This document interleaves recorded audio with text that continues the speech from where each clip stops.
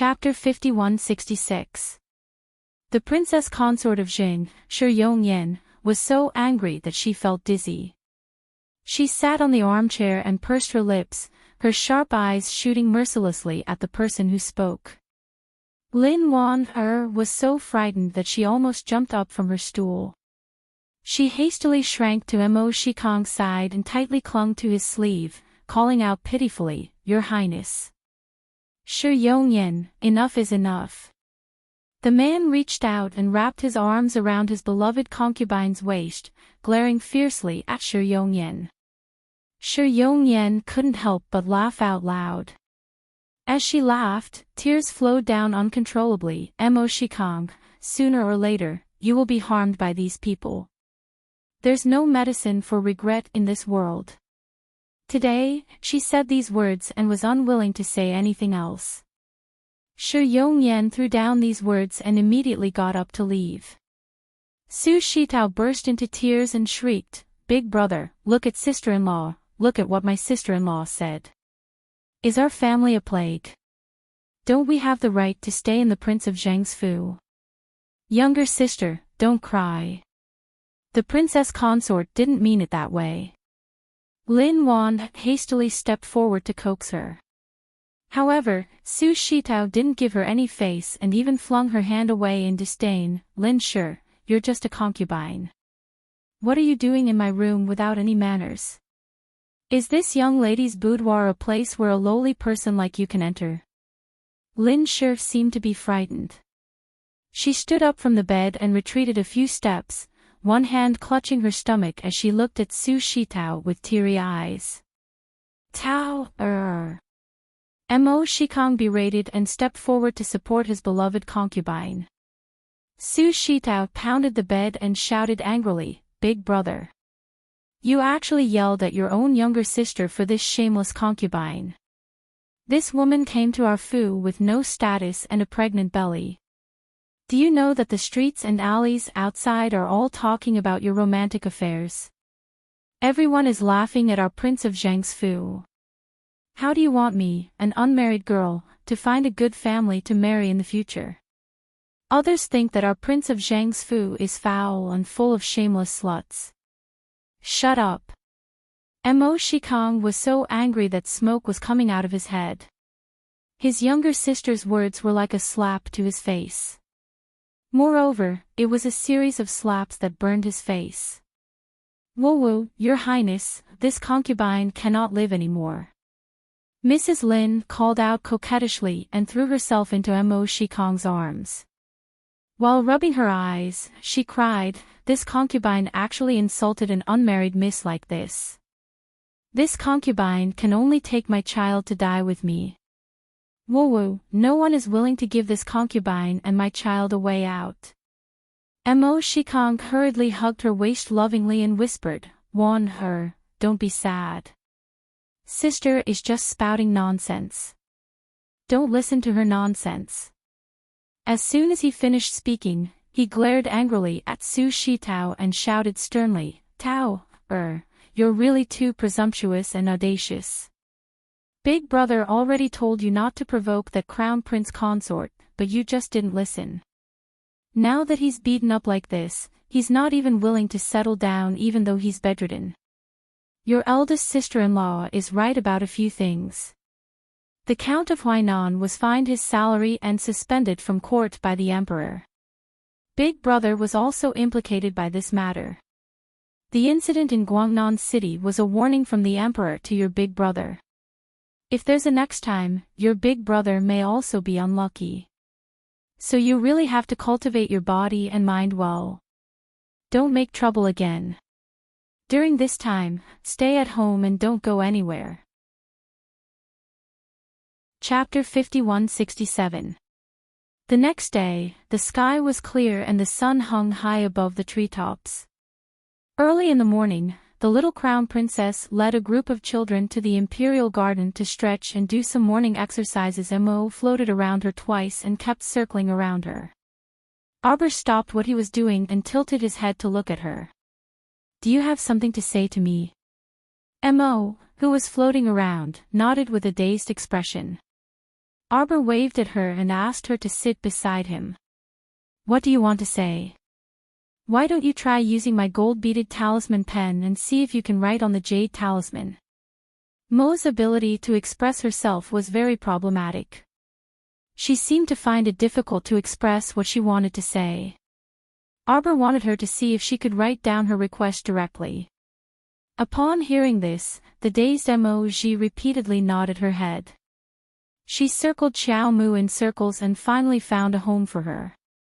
This soul floated down beside Arbor and held the gold-beaded talisman pen that Arbor took out. Sure enough, she carved a line of small words on the jade talisman. Arbor took the jade talisman and looked at it. He looked at her with a serious expression and asked hesitantly, "Are you sure you want to do this?" The dumbfounded Mo nodded. You saw me use medicine to save people before and thought that I might be able to make this kind of pill. So the last few times you circled around me, you actually wanted to ask for this? Mo nodded repeatedly. There was no expression on her dazed face, but Arbor could feel that she seemed to be relieved. It was as if she was finally able to express what she wanted to express. Her face was full of relief. But you're only half a soul right now. If you want this pill, Arbor suddenly paused and had a look of realization. You know where to find your main body, don't you? Mo nodded again. But once you start taking this pill, if you stop taking it one day, it might cause you to be poisoned. Also, if you continuously take it for 100 days, there might be no turning back. Are you sure you want to do this? Mo nodded without hesitation. Or perhaps, after you consume it, you will even forget about me. Mo was stunned. Then, he waved his hand at Arbor. Xiao Mu curled her lips in a rare smile as she patted this soul. I respect your decision and will give you the pill later. But before that, I have something for you. With a wave of her small hand, a ball of light flew to the top of her palm and floated up and down. Little Monkey, who was lying at the side, immediately jumped up and sniffed. Wow, there's the smell of an ancient sacred beast. Kong Kong, Guang Guang, the little monkey, and Mo all gathered around and stared at the ceiling light above Arbor's palm, blinking their eyes. Within the ball of light, there was a small snow-white thing curled up. Its entire body was buried in its large furry tail. Only a small snow-white horn on its small head could be seen swaying slightly. Arbor raised his hand and touched the ball of light. He sighed softly and said, "This is the little unicorn that my master cut open. It was born before a month and was born with a congenital deficiency. That's why it grew very slowly. Perhaps it still needs 100 years or 1,000 years before it can awaken. Or perhaps it won't be able to come out for generations. But I feel that it's very lonely. You're also very lonely. If the two of you can be companions in the future, it's actually quite good," Arbor said warmly. Chapter 5168. Just like a long, long time ago, Chio and I were companions in the void.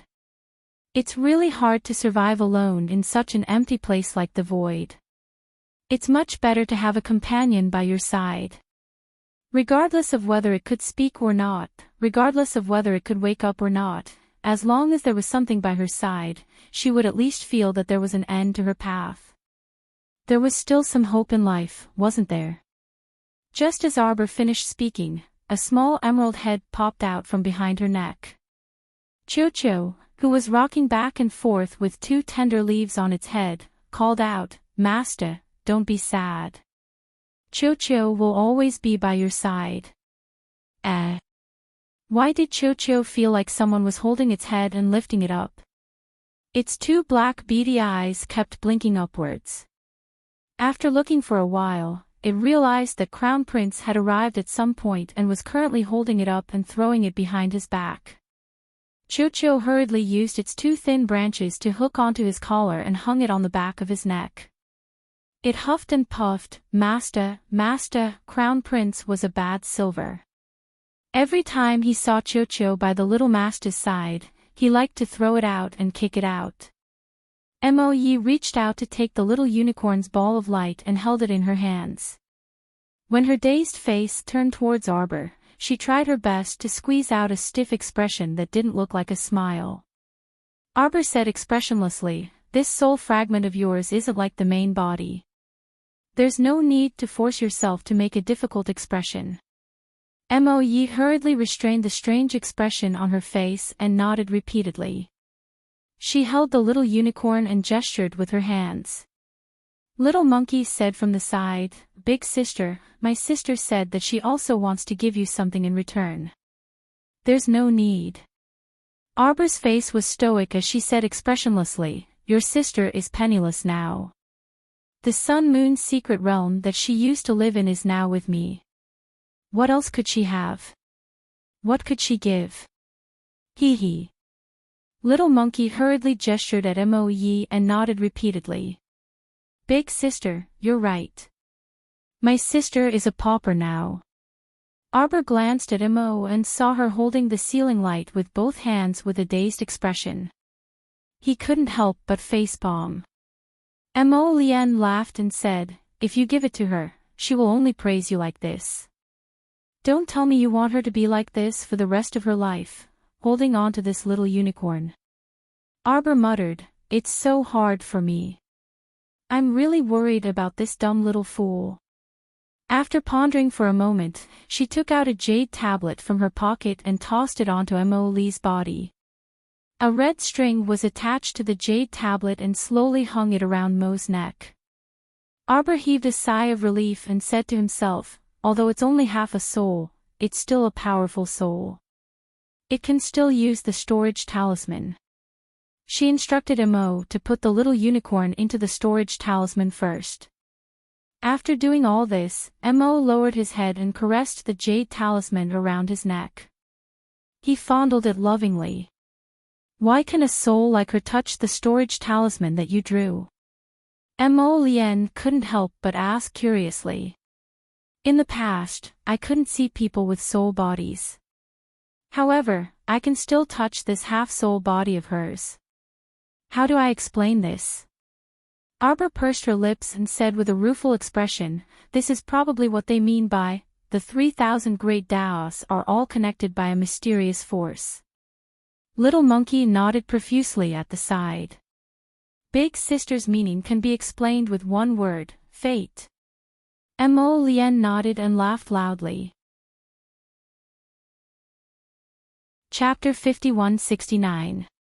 "Moe, look here," Arbor suddenly called out to her. Moe, who was in a daze, turned his head and stared at her. The plain-clothed, wooden, and expressionless little stoic extended her right hand and spread open her fingers. Clusters of snowflakes trembled in her hand as if they had a mind of their own and formed a white sphere that continuously spun back and forth. The little stoic's eyes flickered, and she flicked her slender hand backwards. A snowball shot into the rockery behind her with a whoosh. In no more than a second, the entire rockery crumbled from the inside out with a rumble, shattering into a pile of mud and foam. Fortunately, she had already set up defensive walls around this area before she acted. The loud noise was completely isolated and didn't attract other people's attention. Moe's wooden eyes suddenly moved, and she subconsciously extended her hands and clapped with all her might. "Do you understand now?" Moe nodded vigorously. "Give it a try." Moe floated forward a few steps and extended her right hand accordingly. In a split second, clusters of electricity floated back and forth on her palm. However, even after a long while, she still couldn't fuse them into a sphere. Arbor expressionlessly walked to her side and demonstrated again. He asked coldly, "Do you remember now?" Moe nodded again. The little monkey standing behind them couldn't help but raise her hand to cover her face. She didn't know if it was her misconception, but she kept feeling like her older sister was an idiot. She nodded at everything she was asked, but when she did it, she was clumsy and didn't do anything properly. Arbor patiently repeated the process several times until Moe succeeded. She fused the clusters of electricity in her hand into a small ball of lightning and flew it over, exploding with considerable power from the inside out. The little monkey excitedly jumped up and clapped repeatedly, shouting, "Older sister, you succeeded." Mo looked at the little stoic with bright eyes and nodded repeatedly. She pointed at the small ball of lightning above her palm. However, Arbor merely glanced at her expressionlessly. He reached out and gently brushed aside the snowball in his hand. That snowball rapidly elongated and abruptly transformed into an ice bow. A long ice crystal arrowhead condensed in his right hand. With a single arrow, the row of ground in front of him exploded with a boom, as if millions of arrowheads had split open at the same time and exploded into pieces. Snow explosion spell, explosive arrow. 9 Heavens lightning sword. Skills chapter, Earthwood technique. Xiao Mu taught Mo the Spirit Division Records techniques that she had learned and mastered one move after another. She patiently demonstrated and practiced them over and over again until she grasped them. Lord Kong Kong and Lord Guang Guang supported their chins with one hand and sat at the stone table in a daze. Wow! What do you think the benefactress is doing? She wants to teach a second version of her. It's obvious. Lord Guang Guang nodded his little bald head. I really pity you weak chicken humans. One fierce woman is already very scary, and in the future, there will be 2 fierce women. How are you going to spend your days like this? Do you think should I recite a mind-clearing incantation for benefactress? What should we do with such a huge amount of hostility? As he spoke, the slow-witted Mo held a sword that flickered with lightning as he swiftly leaped down from the sky, and his sword seemed to have slashed apart the sky as he fiercely descended to the ground. Everything in this area of the garden was completely destroyed. Everything was reduced to nothingness when the sword fell. Amitba, flowers and grass are all living beings. Benefactress says, please don't cause any more destruction. The little monk puffed up his chubby cheeks and nagged very solemnly. Chapter 5170. Little Monkey jumped up and applauded with all his might.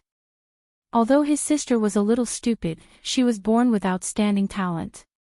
Even if her intelligence was not high enough, her foundation was still there. In just half a day, she was able to learn so many moves. This was not something an ordinary person could do. Arbor kept his thunder sword and took a step forward. He raised his hand and patted Mo's shoulder. In the future, if someone chases you into the void, my sword will be the first to not let him off. Mo's mouth twitched, revealing a stiff smile. Little monk Kong Kong rested his chin on his hands. He turned his head and looked at Prince Mo, who was sitting beside him. Under the golden sunlight, that elegant and handsome crown prince was also supporting his chin with his hands. He was staring at the female benefactor. There seemed to be a light flashing in his eyes. Your Highness, Crown Princess.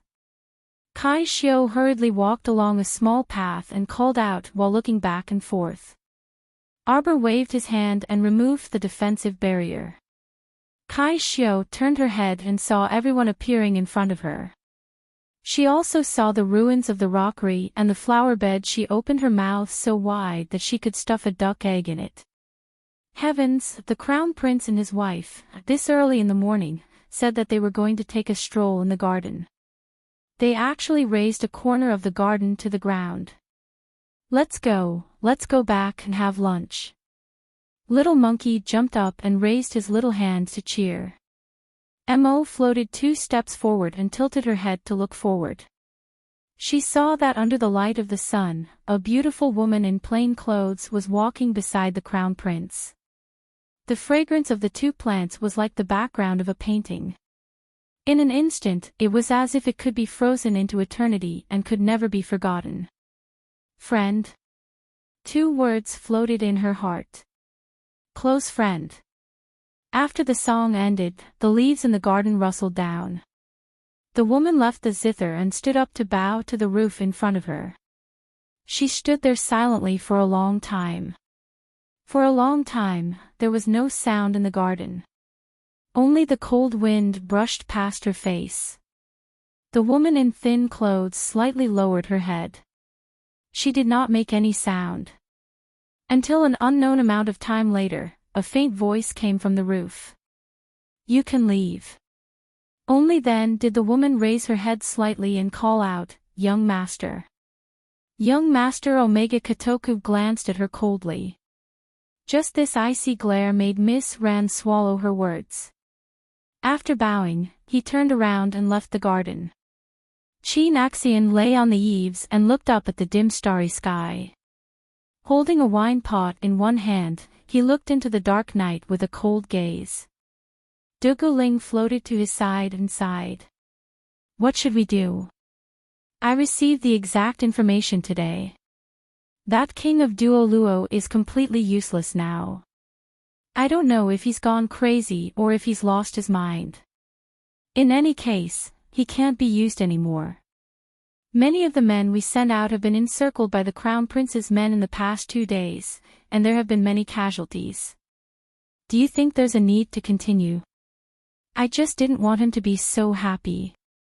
In the end, the decision she made herself even more unhappy. Axion tossed the wine pot and flipped over to sit up.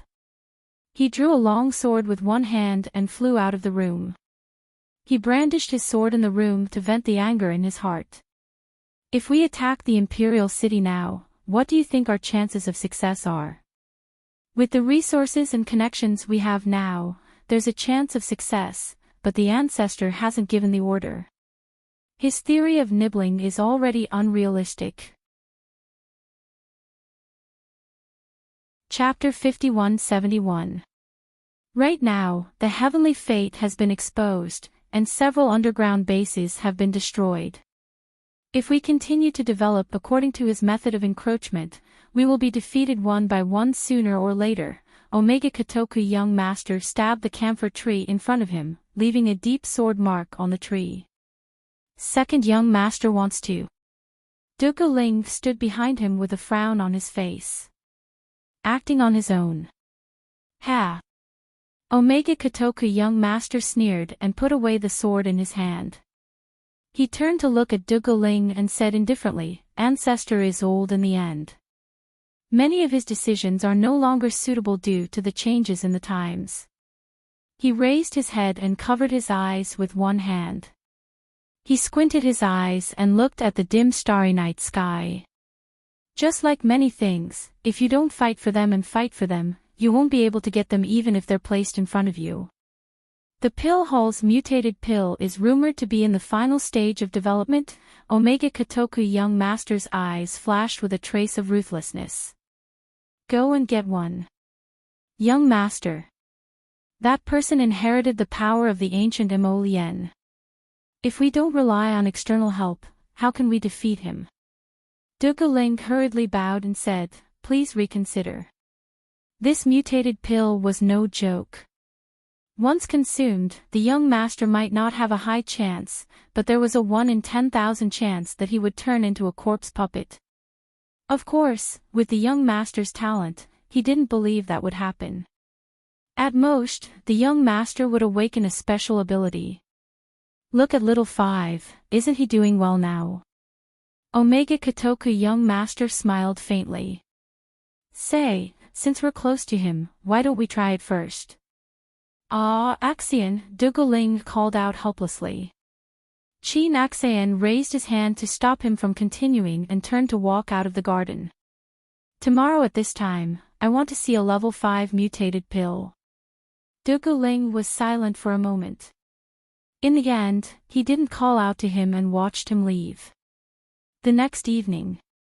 Eastern Palace. "Your Highness, you're finally back." When Kai Xiao saw the Crown Prince step through the door, she hurriedly went up to greet him. She hurriedly said in a small voice, "This afternoon, after the Crown Princess received a message from a mechanical bird, she has been sulking until now." Mo Lien secretly scolded her father in her heart. She had dragged him to the imperial study to discuss this and that endlessly. Look, his wife was angry. Hence, he hastily ran inside, lifted the bead bracelet, and entered the inner hall. Sure enough, he saw the little stoic sitting on the bed with a fuming expression. She had pulled out a pillow and was pounding it with all her might. Mo Lien's heart shuddered nervously for no reason. Could it be that the person his wife was hammering was his true self? He didn't feel that he had offended his wife today. This morning, he only took advantage of the fact that his wife was sleeping soundly and secretly kissed her twice. He shouldn't have been discovered, so why was he beaten by his wife? When Arbor looked up, he saw Jojo's lotus hesitating as she leaned against the shelf of treasures next to the door. She dawdled and didn't come forward, and her two black, beady eyes were looking at him with an aggrieved expression. "You're back," the little fellow called out weakly. "Wife." Mo Lien hastily ran over and scooped her into his arms. He had an expression of admitting his mistake. hit me, don't hit the pillow. This husband came back late today. Hit me hard. This husband will definitely come back on time tomorrow." Arbor glanced at him speechlessly. Chapter 5172. This guy's serious expression as if he was asking to be hammered was both amusing and infuriating. Arbor looked down at the pillow on his lap. "You think it's you? What did this guy do to have such a guilty conscience? Did he think Jojo was hammering a lotus as soon as he stepped in? Could it be that he had really done something wrong? What did you do today?" "I didn't do anything." Mo Lien quickly looked at his wife magnanimously and reached out to grab her small hand, rubbing it against his chest. "Jojo, feel it if you don't believe me. Hubby's heart is beating passionately for you. I don't dare to deceive you in the slightest." Arbor's mouth twitched, and he expressionlessly pulled back his hand and pounded the pillow. "Did you know? That person ran away." Who ran away?" "Mu Qingya, Huang He used a mechanical bird to send me a message today, saying that she was rescued by someone. Snow Island has also been turned into a mess by someone. It looks like I've reached the end of my days as the island master." Mo Lien, his wife was angry at him for reaching the end of his days as the island master, but it turned out she wasn't angry at him for returning late. "Who saved Mu Qingya? Does Huang He know?" Huang He sent a message saying that those people didn't act like normal people. They all seemed to be speed superhumans. They didn't directly clash with the island's army. Instead, they used a surprise attack to directly rescue her and then retreated. The little stoic fumed. "Although our people killed several speed superhumans, we didn't have time to conduct a large-scale search. This group of people came quickly and retreated even faster. They left after rescuing her. Didn't you already order Huang He to get rid of this woman?" Mo Lien couldn't help but be stunned when he recalled this matter. Huang He said there was some progress on the antidote. "I originally wanted to try it out on Mu Qingya again, but who knew?" Arbor clenched his fists. "But with her broken body, she probably won't live for long even if she's rescued. I just don't understand what Tianyun is after. As far as I know, Tianyun will never save a useless person. So this Mu Qingya should be useful in some way. But Huang He also said that Mu Qingya's body is strange. Several of the corpse puppets that had been used to test the medicine had already died. Mu Qingya, on the other hand, has tried several kinds of antidotes and taken no less than 100 kinds of medicines, but she's still alive. That means Mu Qingya isn't just a mutant with a special ability." Mo Lien took over Arbor's words and continued to analyze. Or perhaps, this Mu Qingya has taken some high-level mutated pills from Tianyun. Could her body be reinventing itself in ways we don't know about? Arbor was shocked. He sat up straight and carefully considered Mo Lien's words. He nodded solemnly. So she might not die immediately. As long as this body doesn't collapse, maybe it can make a comeback. This is only one of our inferences, so it might not be completely correct. Mo Lien held her hand comfortingly. After all, if Tianyun can really produce this kind of medicine that can continuously refine the human body by force, it can create even more monsters that can't be killed. It's impossible for it to continue lying dormant. At this point, the two looked at each other and suddenly said, "We have to have Huang He and the others come back as soon as possible." Chapter 5173. I've already notified him. Arbor clenched her fists. She wasn't sure what this heavenly fate wanted to do next. What effect would kidnapping Muqingya have on the big picture? Or was it that Muqingya actually had a secret they didn't know about? For example, perhaps her body could be modified again. Arbor shook her head. There was no point in thinking too much now. She should summon Huang He and the others back as soon as possible. How's Mr. Su's research going at the small base in Beiwang Valley? Arbor thought of this and hesitated for a moment before saying, "Why don't we invite Mr. Su and the others back as well? We can discuss it with Huang He and the others and see if the two sides can piece together useful information to make progress in research." Mo Lien nodded solemnly. I was also thinking the same thing. I'll have someone inform Mr. Su and the others to set off immediately and join us here. When the time comes, let Mr. Su and Huang He discuss what to do next. Arbor nodded.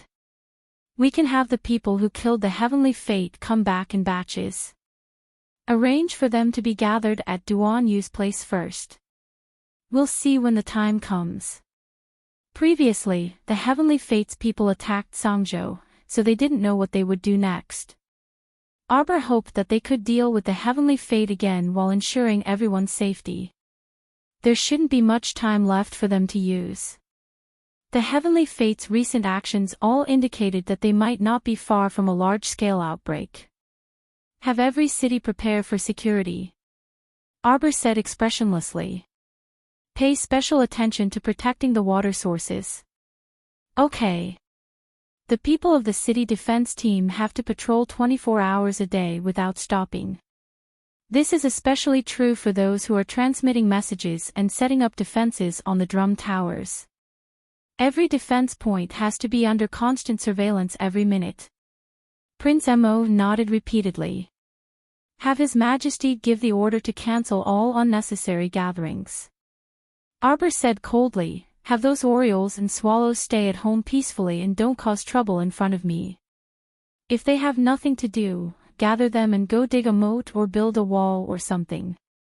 She was not a good-natured person. If she was provoked, she would not give face to anyone. If he told you to dig a canal, you had to dig it. If he told you to build a wall, you had to build it.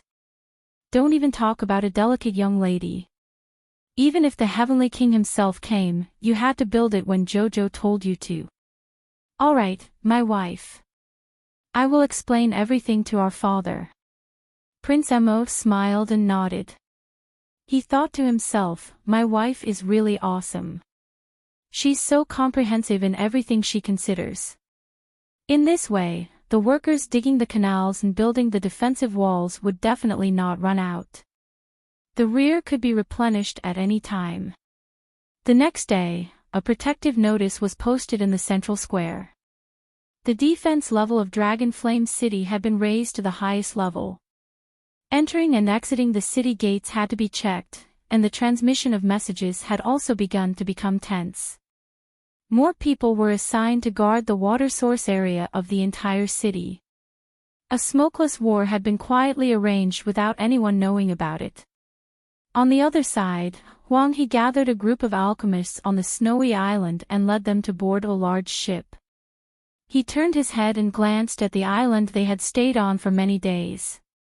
If there were no accidents, their return to Dragon Flame City this time would be the day when the battle with the Heavenly Fate Empire was imminent.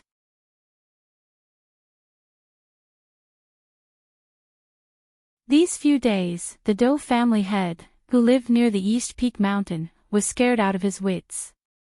The five spirits' reincarnation tribulation seemed to be free. It was as if it was crazy and kept descending on the East Peak Mountain. Chapter 5175. It was to the extent that after several days, half of the entire East Peak Mountain was flattened by the heavenly lightning and heavenly fire tribulation. The entire Doe family simply wanted to cry but had no tears. They really didn't expect Duanmu's cultivation realm to also jump so quickly. After eating the holy fruit, it was as if he was assisted by the gods. Arbor cursed inwardly, but her footsteps continued to quicken, and she swiftly ran out of the door. Qi Xuanxuan's group of 7 strode into the court and immediately saw the little stoic dashing toward them with a big belly. Everyone was scared out of their wits by her, and they hastily sprinted forward. They surrounded her and clamored, "Jojo, why are you running? Why are you running so fast? You can't run right now." "It's fine, it's fine." Arbor waved her hand and reflexively rubbed her belly. "You guys don't know, but sometimes when I'm too lazy to move, Baby Mo will even urge me to come out and exercise." Everyone looked at her with indescribable expressions. "It's true." Arbor nodded and rubbed her belly in all seriousness. "Baby Mo isn't like his dad. He's very obedient." Qi Xianxian couldn't help but giggle when she saw her serious expression. She pulled her small hand and said, My Qiao, it's like several years have passed since we parted. I think you've really changed a lot. You guys have been in the star domain for so long. It's been several months, right? According to the time flow 12 times faster, isn't it several years since we parted?" Qi Xianxian quickly nodded and pulled her small hand, saying, "Don't worry, we won't go anywhere after this." The little girl looked at her with a grin. "We'll just wait for Baby Mo to be born. I want to hug my eldest nephew as soon as possible." "Okay."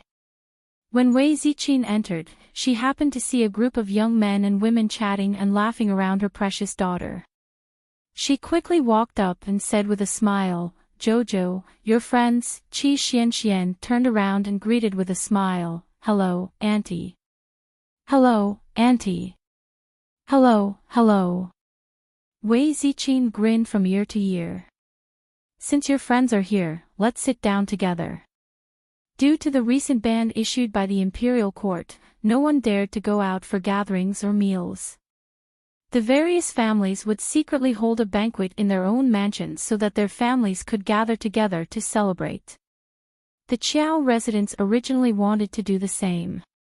They wanted to hold a low-key 100th day banquet and celebrate with their own family members. Unfortunately, they couldn't resist the attentions of the relatives of the officials inside and outside the imperial court, as well as the wives of the aristocratic families.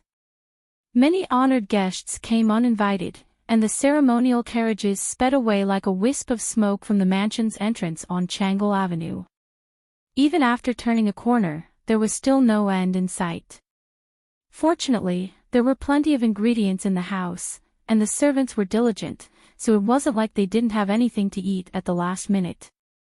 As such, the Qiao estate could only go with the flow and host a banquet to invite all the guests. Fortunately, the weather today was pretty good, so the residents set up dozens of banquet tables in the garden. The banquet wasn't very particular. The male and female guests were arranged to sit in the same garden and eat at separate tables. It was very lively. Although second Aunt Renshur came from a low-ranking official's family, she was very generous and appropriate in her dealings with people. She helped Wei Ziqin entertain the female guests. Madame Fong of Count Huainan's estate has arrived. Madame Ren smiled and said to Wei Ziqin, "Eldest sister-in-law, go and greet Madame Fong. I'll take care of things here." Wei Ziqin nodded with a smile. She went forward to welcome Madame Fong and walked to the side to exchange greetings. Chapter 5176. Fong Luiying, who was following behind the woman, spotted Arbor with her sharp eyes. She strode over and said with a chuckle, "Greetings to the Crown Princess." The young Crown Princess nodded slightly and glanced at her mother and Madame Fong. She said, "Madame Fong's complexion looks much better. It's all thanks to the Crown Princess's nourishing food prescription. After so many days of recuperation, my mother's illness has mostly recovered," Fong Luiying said with a smile. "How's your study of basic pharmacology coming along?" "It's all thanks to the Crown Princess's guidance that I've more or less grasped basic pharmacology. Yesterday, my hands were itchy, so I tried to make a hemostatic pill again. I didn't expect that I would succeed on my first try this time. I even made 2 pills." She had been overjoyed at the time. When she saw the young Crown Princess today, the first thing she wanted to do was share this good news with the little stoic.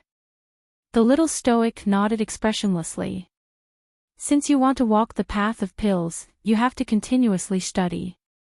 Fong Luiying hummed in agreement and nodded repeatedly.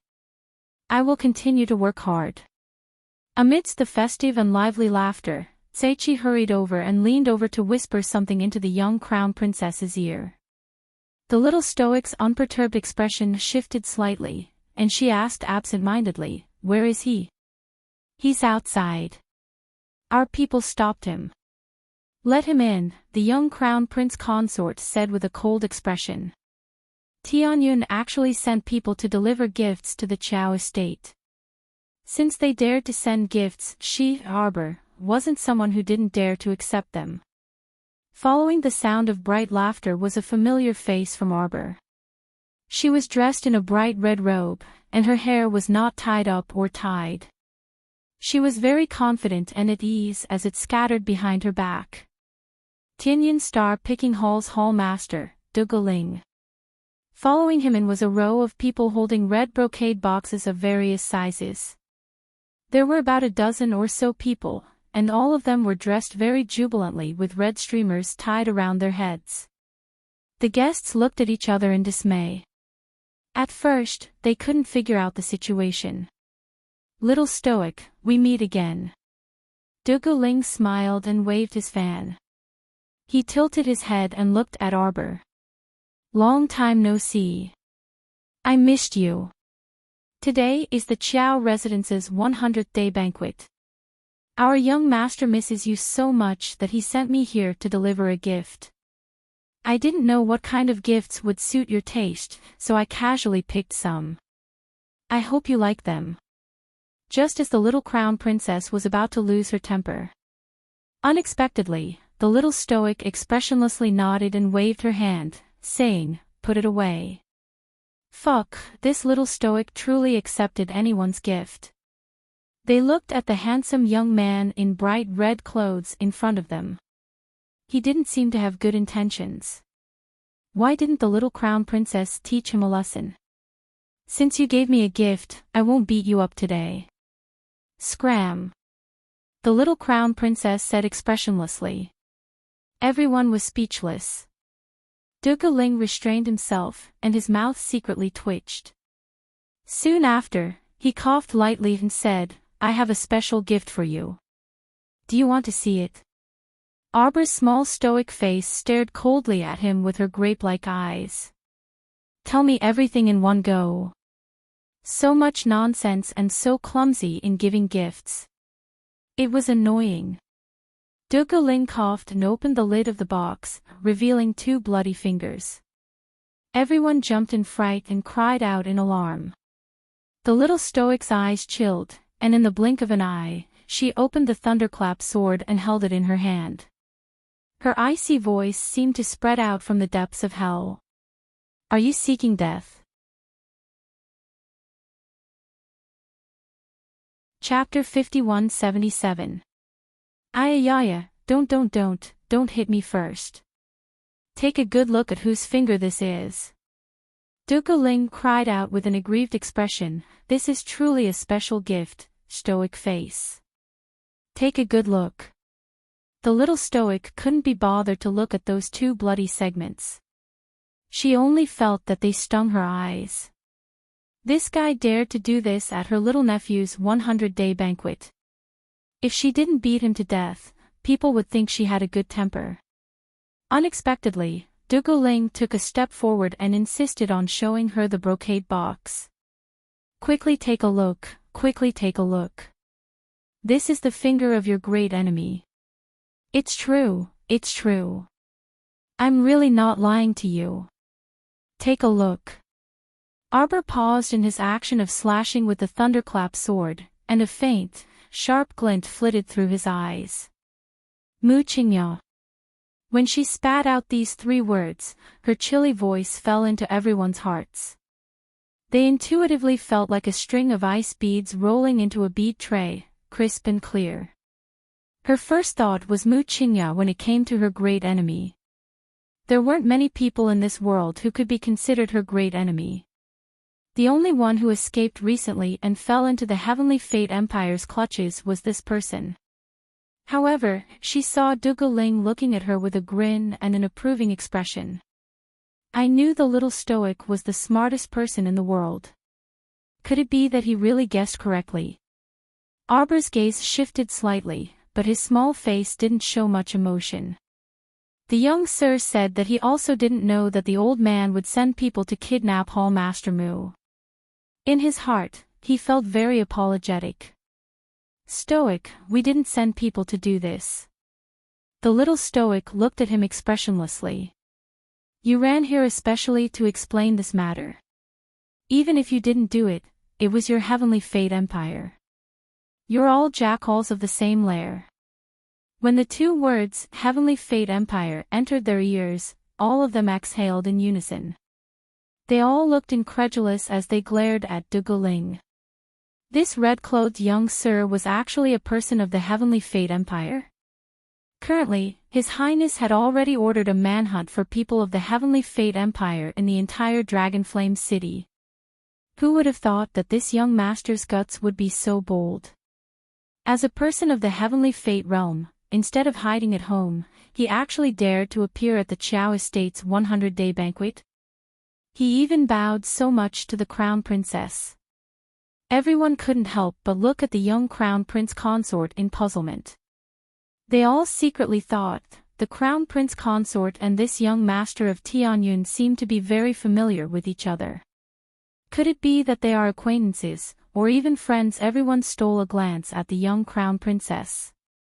Seeing her cold expression, they did not dare to make any wild guesses. As for everyone's suspicions and guesses at the banquet, it had absolutely nothing to do with the little stoic. What other people thought had nothing to do with her, and she was never someone who cared about how others looked at her. However, what annoyed her the most was Duguling's real intention for coming here to deliver 2 bloody fingers. You can't just barge in, you can't barge in.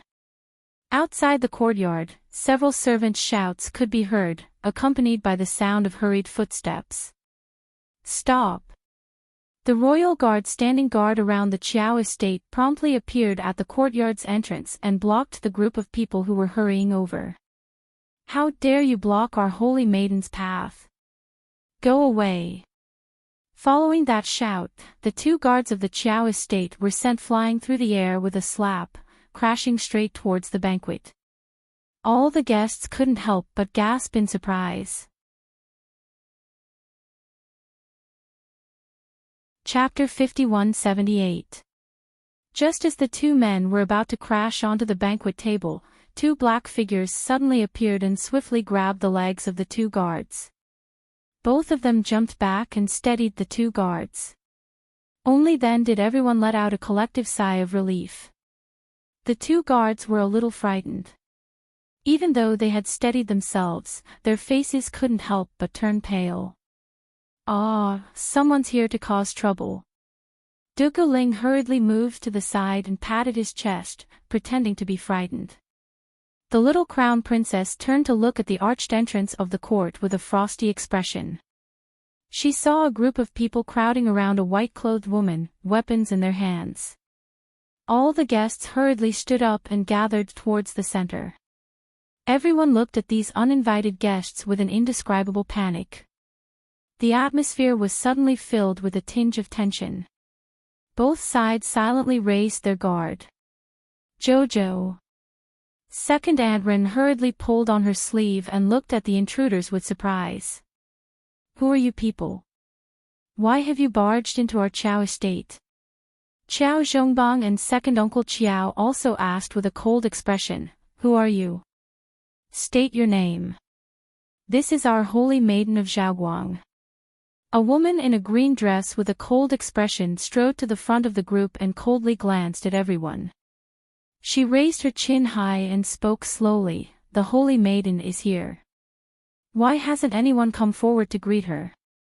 Everyone looked at each other, their eyes revealing an expression of looking at an idiot. They had naturally heard of Zhaoguang, an organization that had been developing very well in the past 2 months. However, in the eyes of the madams and misses of the aristocratic families, such a non-governmental organization was nothing more than a small sect for the commoners to play around with. Naturally, they wouldn't put them in their eyes. But they didn't expect that Zhaoguang would take themselves so seriously. Not only did they barge into the Qiao estate's 100-day banquet, they even asked these madams and misses to greet them. Wasn't this the biggest joke in the world? Arbor patted second Aunt Ren's hand to appease her. He retracted his hand and waved it casually. He didn't want to say anything more to these people from Zhaoguang. In an instant, 7 or 8 shadow guards, including the 2 men in black who had appeared earlier, emerged from the crowd at the same time. Without saying a word, they stepped forward to chase the holy maiden of Zhaoguang and the others away. The woman in the green dress was immediately angered. Her eyes were wide open in anger as she raised her hand to block one of the secret guards. Don't act recklessly. This is our holy maiden of bright light. You guys, all of you. Let go, let go, let go. What do you want? Seeing that Arbor had sent a group of secret guards to chase them away without saying anything, the Saintess of Light and the others were obviously angry. Everyone, please don't be in such a hurry to chase him away. Dressed in a white dress, the Saintess of Light spoke up. Her long hair was tied behind her back, and her hands were crossed in front of her lower abdomen. Her posture was dignified and demure. Under a set of red pomegranate gemstone headwear, her skin was fair, her cheeks were delicate, and half of her face was covered with a white veil. She indeed looked holy and radiant, and she had a pure and clean appearance. But what kind of person was Arbor? At a glance, she felt that this woman was a bit like Nia Yaoguang. Unfortunately, Nia Yaoguang's figure was even more graceful and ethereal than this woman in front of her. She was also slightly taller. I wonder which one of you is the crown princess. This humble girl greets you. The Saintess of Light nodded slightly, and her expression didn't seem very respectful. Chapter 5179. Impudent. Kai Xiao coldly reprimanded, Who do you think you are? Crown princess, is she someone you can meet whenever you want? Arbor slightly waved her hand, expressionlessly letting the 2 maids withdraw. The 2 of them were separated by a few empty tables, coldly looking at each other. Arbor clearly saw a trace of disdain in this holy maiden's eyes. Ah, she really has guts. Arbor secretly thought, last time, the person who showed this kind of look to her, I wonder if their bones have turned cold. She did not expect that today there would be someone who dared to show this kind of look to her in public. Indeed, the ignorant are fearless. Holy Maiden heard that a person of Tian Yun appeared in the Qiao residence, so she specially came to eradicate evil.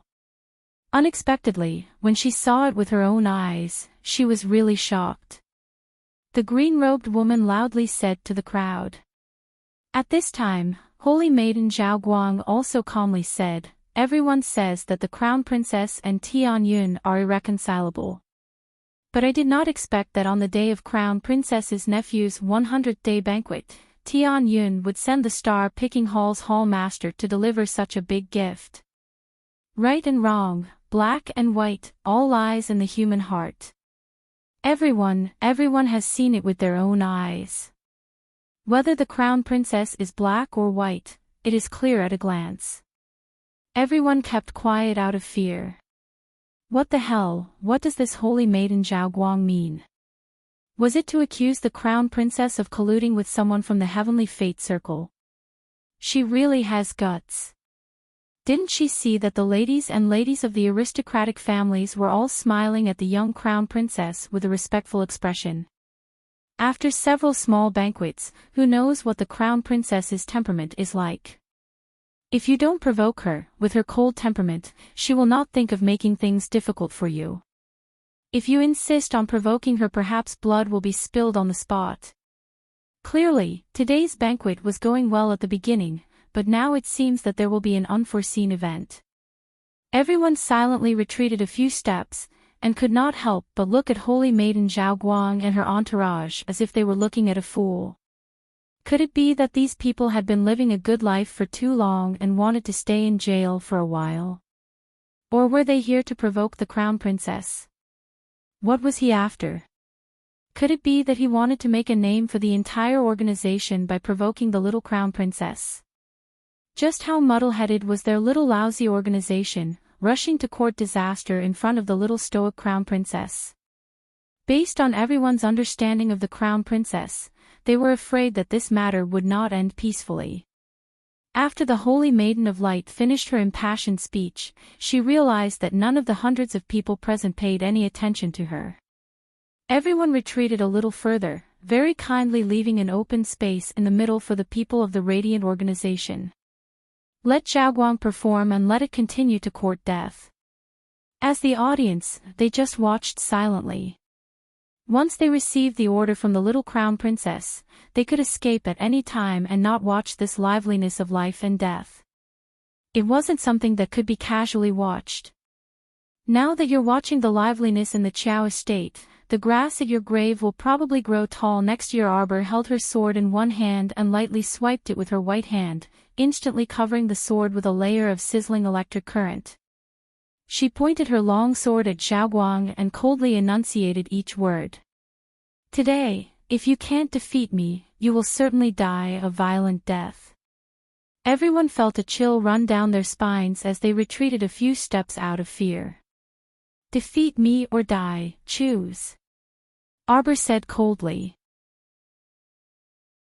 The thunderclap sword emitted a light screeching sound as if it sensed something.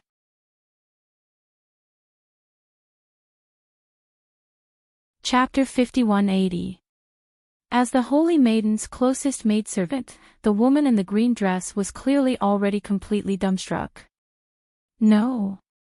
Was there something wrong with this crown princess's brain? If a normal person was exposed to be involved with a public enemy, the evil sect, they would definitely give a proper explanation. Who knew this person actually didn't explain at all? Not only that, but she even openly provoked the Holy Maiden and spoke such harsh words to their Holy Maiden. Was this the reaction a normal person should have? Wasn't she living too recklessly? Didn't she completely disregard what everyone present was thinking? You. The Holy Maiden didn't seem to expect the little crown princess to have such an odd reaction. After being dumbfounded for several seconds, she reflexively took a step back. She gazed at this stoic-faced crown princess warily. What do you want? Didn't I already give you a choice? Shut up. Arbor kicked out a sandalwood stool in front of her, which directly crashed into the Holy Maiden's face. The Holy Maiden jumped in fright and hastily turned around to dodge. But the instant she turned around, she froze on the spot. There was no other reason other than the little stoic crown princess, who was standing behind her and kicking the stool away, actually appeared in front of her now. She was still standing behind her just now. The Holy Maiden hastily looked back and saw that the little crown princess had long disappeared from her original position. Teleportation, this crown princess could actually teleport. The Holy Maiden was alarmed. The two were so close that she reflexively shrunk back in fright. However, she had just shrunk back a step when that crown princess spread her fingers and pinched her neck. From the looks of it, he was going to break her neck. "Don't mess around." The holy maiden shrieked and hastily covered herself with a defensive barrier. The little crown princess's fingers abruptly passed through her defensive barrier. Everyone saw it clearly. The crown princess's 5 slender fingers really did pass through the holy maiden's defensive barrier. Just as her 5 fingers were about to grab the other party's throat, she saw a strong force coming from behind. Zhao Guang was involuntarily pulled back by a fierce force and fell to the ground with a loud bang. He rolled back several times before barely stabilizing his body. Arbor turned around and saw a middle-aged woman with a cold expression standing in front of him. She had her arms crossed and was looking at him coldly. "Aunt Fei, are you crazy? How can you treat our saintess like this?" The woman in the green dress couldn't help but scream. She rushed forward and helped the saintess up. Zhao Guang was dragged back by the middle-aged woman, and his body fell heavily to the ground. Just now, she had hit her waist. Now, with the help of her personal maidservant, Han Su, she stood up. Her entire face was distorted from the pain. Fei Gu said coldly, "If I didn't do anything, the saintess would already be a dead person." "Supper. Xiaoya is here. Kill them all." "Kill them all," Arbor said coldly. Everyone felt as if their hearts were being hammered by a huge hammer. They couldn't help but shrink their necks. Oh my God, this is the result of provoking the little crown princess. The little crown princess was the kind of person who could go berserk at any time.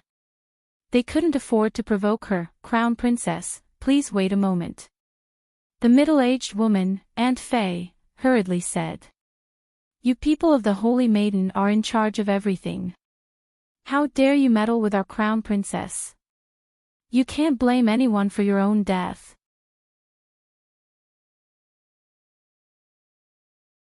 Chapter 5181. Aunt Fei got into a defensive stance, and a spiritual aura appeared in her hand as she shouted, "Crown Princess, please think carefully. This is your nephew's 100-day banquet. Could it be that you want to spill your blood over the 100-day banquet?" The young crown princess paused for a moment. She turned her gaze and saw the round, chubby, and adorable little fellow in Xiao Yao's arms. The recklessly flashing lightning on the thunder crash sword slowly subsided. Arbor stared coldly at the radiant saint and the others. "I'll give you 1 minute to pack up and get out of my house immediately. In the future, if I see you swindling people on the streets again, don't blame my sword for being merciless." "We're here to look for Tianyun." Before the radiant saint could finish speaking, Aunt Fei covered her mouth. The latter cupped her hands towards the young crown princess with a serious expression. "Crown princess, please forgive us. Radiant Saint has no intention of opposing the crown princess. Our standpoint is actually the same as yours." The young crown princess sneered. "The debts between Tianyun and I are still vivid in our minds. We will ask them to pay us back one by one. As for you, it has nothing to do with me in the first place. It's best if we don't interact with each other.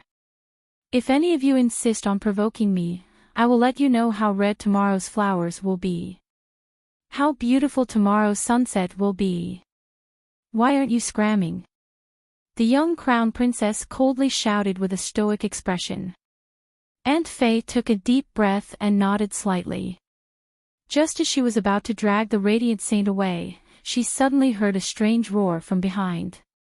They all turned their heads to look, only to see a rotten face suddenly appear behind them. The guests who saw the corpse puppet's rotting face screamed in unison and retreated in panic. Although they were still very far away from the corpse puppet at the arched door, the corpse puppet's face really gave everyone a fright. Suddenly seeing such a thing, no one would be in a good mood.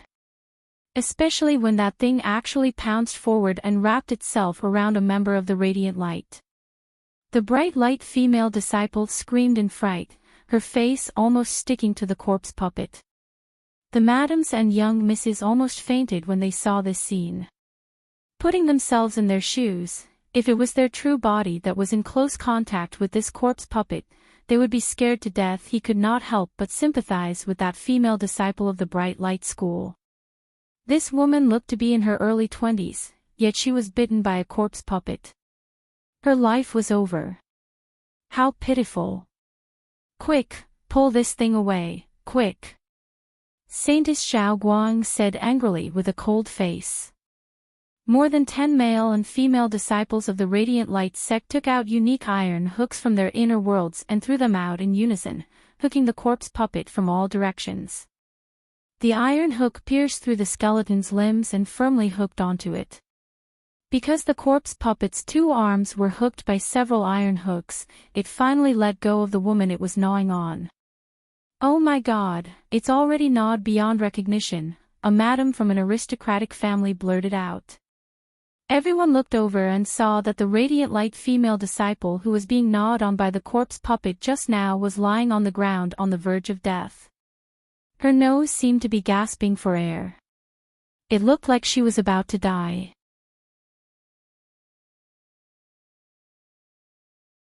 Chapter 5182. From beginning to end, the young crown princess merely watched this scene with a detached eye. Now that he saw the female disciple lying on the ground with her mouth slightly open, as if she was having difficulty breathing, he only glanced at her coldly. "Heavenly Fortune, it's the Heavenly Fortune Hall's people who brought the zombies here." A Radiant Light disciple unsheathed the sword at his waist and pointed it at the innocent-looking red-clothed man, yelling sternly, "Kill him, kill this Heavenly Fortune Hall's head. It's him, it's this scourge who's harming people." Duke Ling impatiently glanced at the young crown princess and said with an aggrieved expression, "Poker face, I really didn't bring her here. I swear, I purely came here today to deliver a gift. If I brought this ugly thing here, I'll immediately suffer heavenly punishment of being struck by lightning."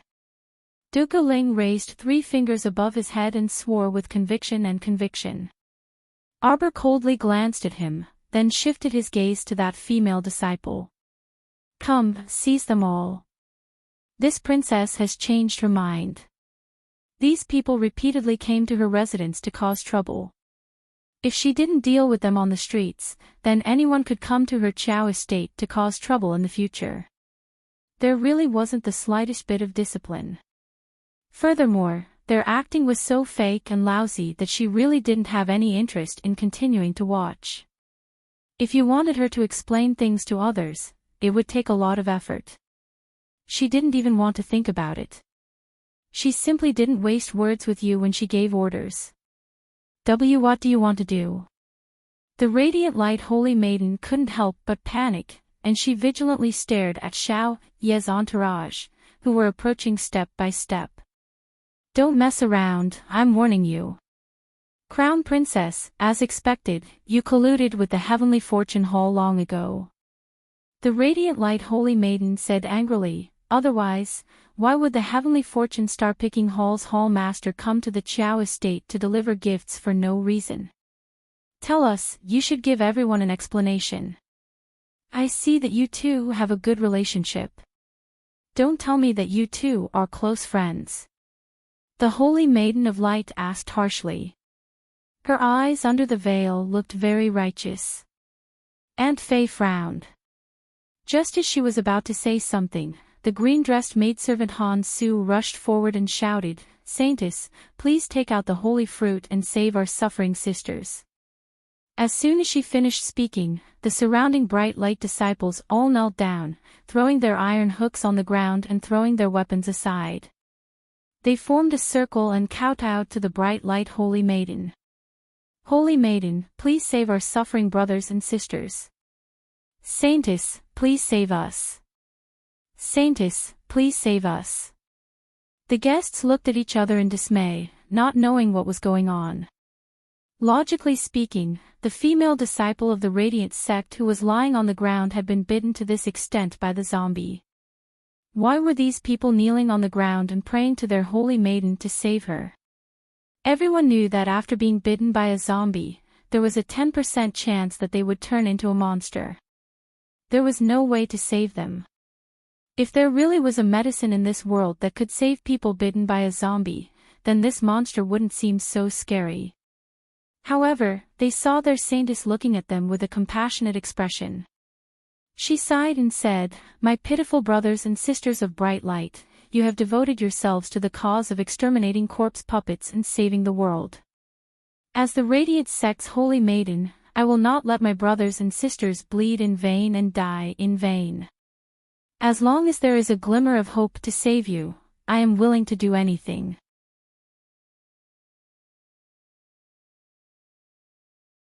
Chapter 5183. The Saintess is gracious, the Saintess is gracious. The surrounding fools were kneeling and kowtowing, creating a ruckus at the Chow estate's entrance. The cold smile on Arbor's face tightened even more. When Prince Mo entered, he initially thought that he had entered the wrong door. He didn't know what these demons and ghosts at the entrance were singing, but they completely blocked his words of "Wife, this husband has returned late. Wife, what's going on, what's going on?" Prince Mo stepped through the door, his gaze coldly sweeping over the faces of all the guests. When everyone saw that this crown prince had arrived, they hurriedly knelt and kowtowed, calling out, "Your Highness," and "Crown Prince." There was even a very quick-witted official who very nimbly explained, "Your Highness, none of us here caused any trouble. These people at the entrance were brought here by Zhaoguang, and that female immortal who is being kowtowed to is the Saintess of Zhaoguang, Yuan Maui." What a joke! If the great crown prince remembered them, how could they have any good days in the future? They had to explain the situation clearly. They had completely obediently come to the banquet to present gifts and absolutely didn't have any other intentions, nor did they dare to have any other intentions. If this Saintess of Zhaoguang hadn't barged in with people, the banquet would still be fine. Yes, yes, Your Highness the Crown Prince is wise. It was indeed the Saintess of Zhaoguang's sudden arrival that caused such a mess at the entrance. Wife. Prince Mo hurriedly grasped his wife's small hand. When he saw his wife's expression, his handsome face immediately stiffened, and he angrily questioned, "Who made the crown princess angry?" His wife's stoic face puffed up in anger. Who actually dared to make his wife angry on the day of the 100-day banquet? They were simply tired of living. Without waiting for Kai Xiu to speak, the fastest aristocratic madam on the side hastily explained, "Reporting to Your Highness the Crown Prince, this really isn't a matter of us guests causing trouble. Originally, we were all properly celebrating the birthday of the Chow Estate's little young master. Who knew that Tianyun would actually send some hall master to congratulate us? Then the holy maiden of Zhaoguang brought people in and accused the crown princess of having a close relationship with the hall master of the Heavenly Fate Hall. She must be involved with the Heavenly Fate Hall." This madam was very eloquent. In just a few sentences, she had recounted the whole story, and all the guests present nodded their heads. Yes, yes, it really has nothing to do with us. Your Highness, it's him. It's them. They made the crown princess so angry that she couldn't speak. This is really devoid of conscience. The guests cursed at the same time. Not only did these people cause trouble at the Chow Estate's young master's 100-day celebration, they even gave 2 bloody fingers to the crown princess. Not only that, he even gave a corpse puppet to the Chow Estate's young master. That's insane. The crown prince grew angrier as he listened, and smoke seemed to be coming out of his head. "Yuba, capture these people for us. This crown prince wants these people to know one thing. Anyone who comes to the Chow estate to cause trouble must die." They really had nothing better to do, coming to his wife's family to cause trouble. His wife was already suffering so much. She was pregnant, yet she still had to be tormented by these bastards. They deserved to die. Wait, wait. Wait. The holy maiden of Zhaoguang couldn't help but cry out. What was going on? Why did the divine province's crown prince suddenly return?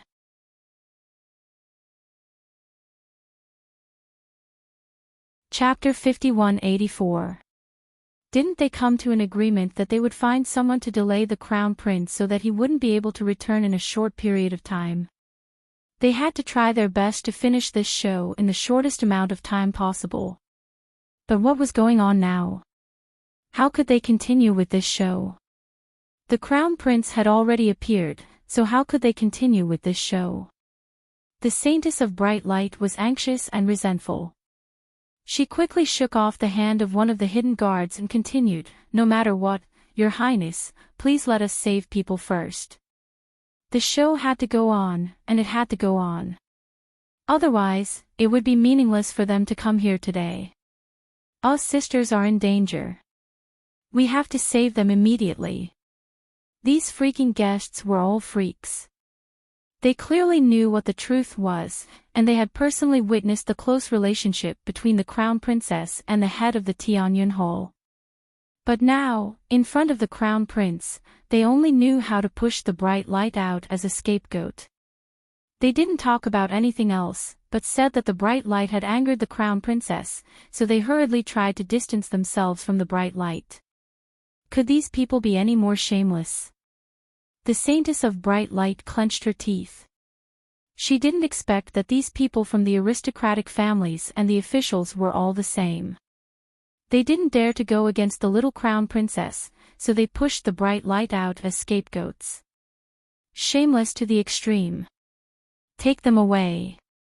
Mo Lien waved his hand impatiently, and more hidden guards bounced out from the four-sided horned canopy, forcibly expelling the Radiant Light Group's group of people. The Saintess of Bright Light and the others struggled and shouted, "What are you trying to do? Are you not even giving us a chance to save people? Let go, bastards.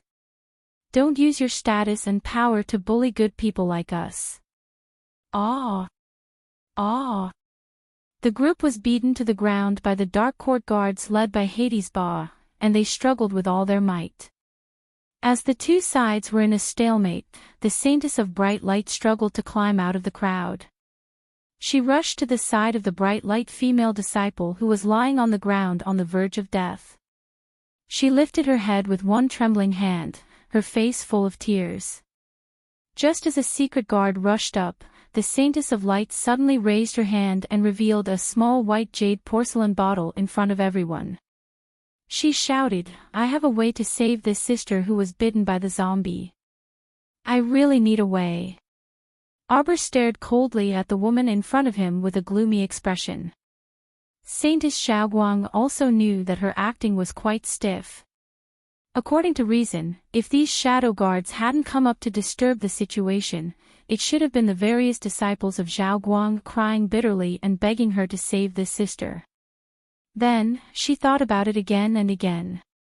Considering the big picture, she reluctantly took out the porcelain bottle to save him. But now, after being beaten up by these people, she had no choice but to jump to the last step. She raised the porcelain bottle in her hand and shouted. Everyone's gaze was naturally focused on the porcelain bottle in her hand. The Saintess of Bright Light took a deep breath and poured out a pure green crystal fruit from the bottle. She held it in her hand and showed it to everyone. This is the one and only holy fruit in the world. It's the spirit of all trees, the holy tree. The fruit that it bears. It can cure all poisons in the world, including zombie poison. Following the Saintess of Radiant Light's every word, Qiao Mu's eyes instantly turned into two icy, deep pools.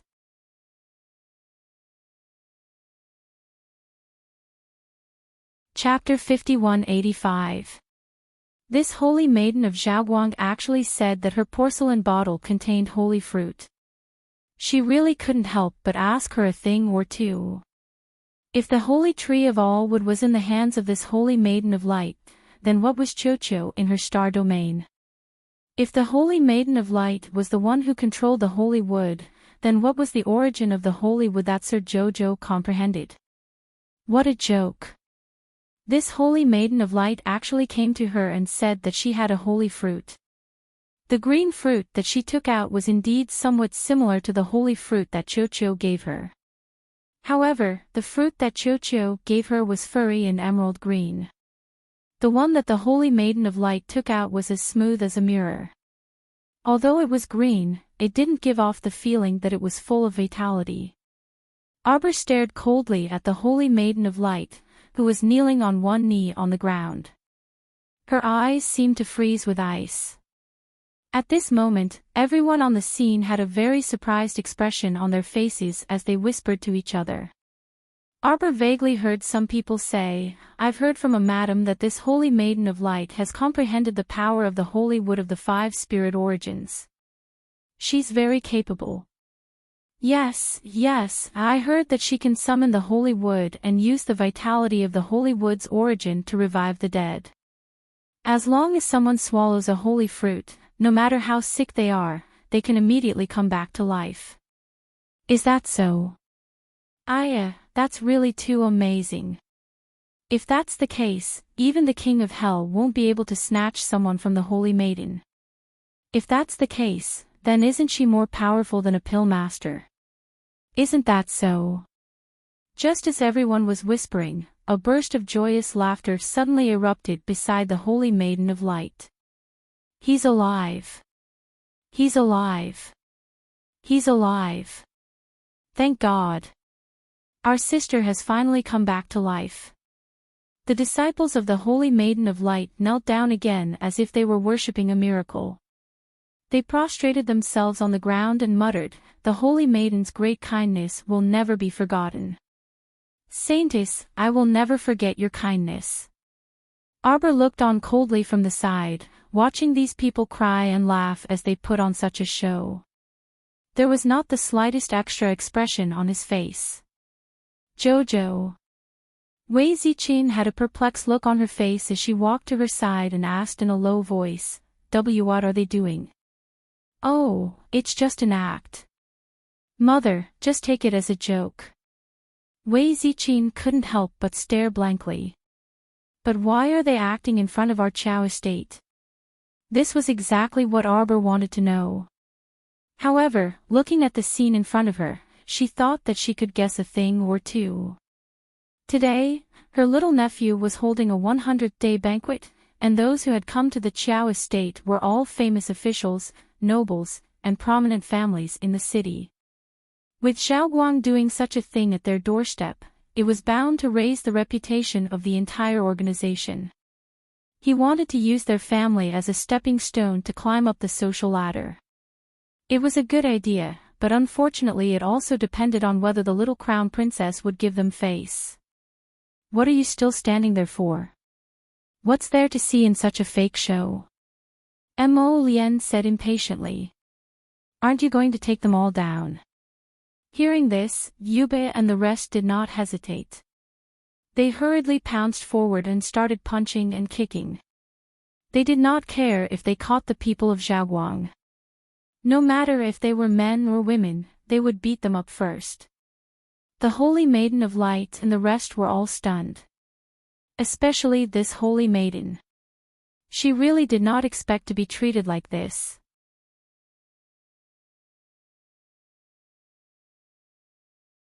Chapter 5186.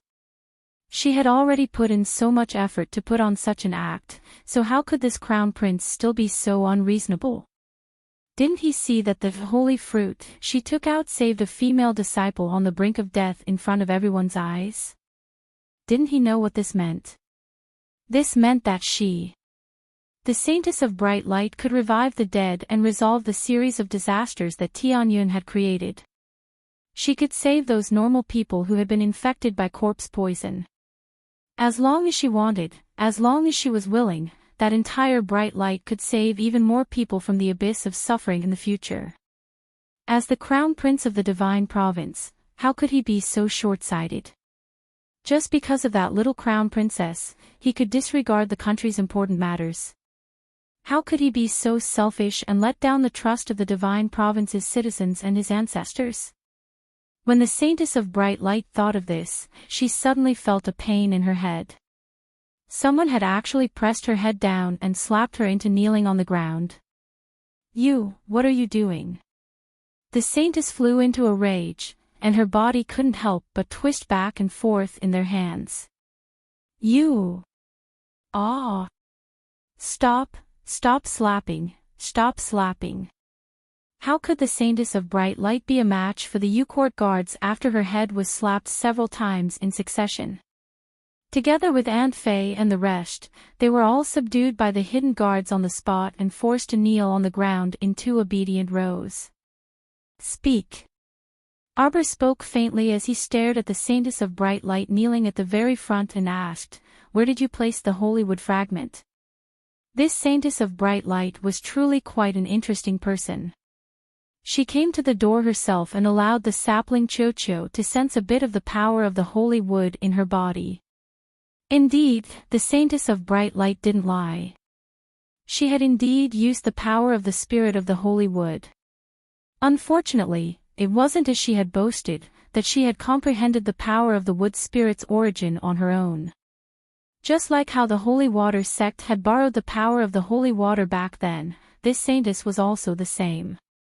Borrowing and comprehending on one's own were definitely completely different. Cho-Cho told her through divine sense that the holy wood fragment was not with the Saintess of Light at the moment. Its aura was faintly discernible, so it should have been hidden by the scheming Saintess. I don't understand what you're talking about. Saintess Xiao Guang's heart trembled slightly. She opened her mouth and said this. Arbor didn't waste any more words with her and shot a look at Yuba. The latter nodded and lifted the Bright Light Holy Maiden up. He called out to his brothers of the Nether Court guards to take down the men and women of the Bright Light Holy Maiden and drag them out of the door. From the looks of it, there was an 80% chance that everyone here was going to be imprisoned. Only then did those people from Zhaoguang shout out in panic, Don't. Your Highness, Crown Princess. We are Zhaoguang's people, no, not Tianyun's. That's right, Your Highness the Crown Prince, we are the sects that are fighting against the heavenly fate together with the people of the Divine Land. You can't do this to us. There are only so many of us for our holy fruit. You can't arrest us, you can't drag us into prison. That's right. We are the Saintess. The noise was quickly silenced by a few kicks from the underworld court guards. The hidden guards didn't care whether they were making a fuss or not. After all, they had received His Highness the Crown Prince's orders and only cared about dragging them out. Cho-Cho's last fragment is related to this woman. She can't die for now.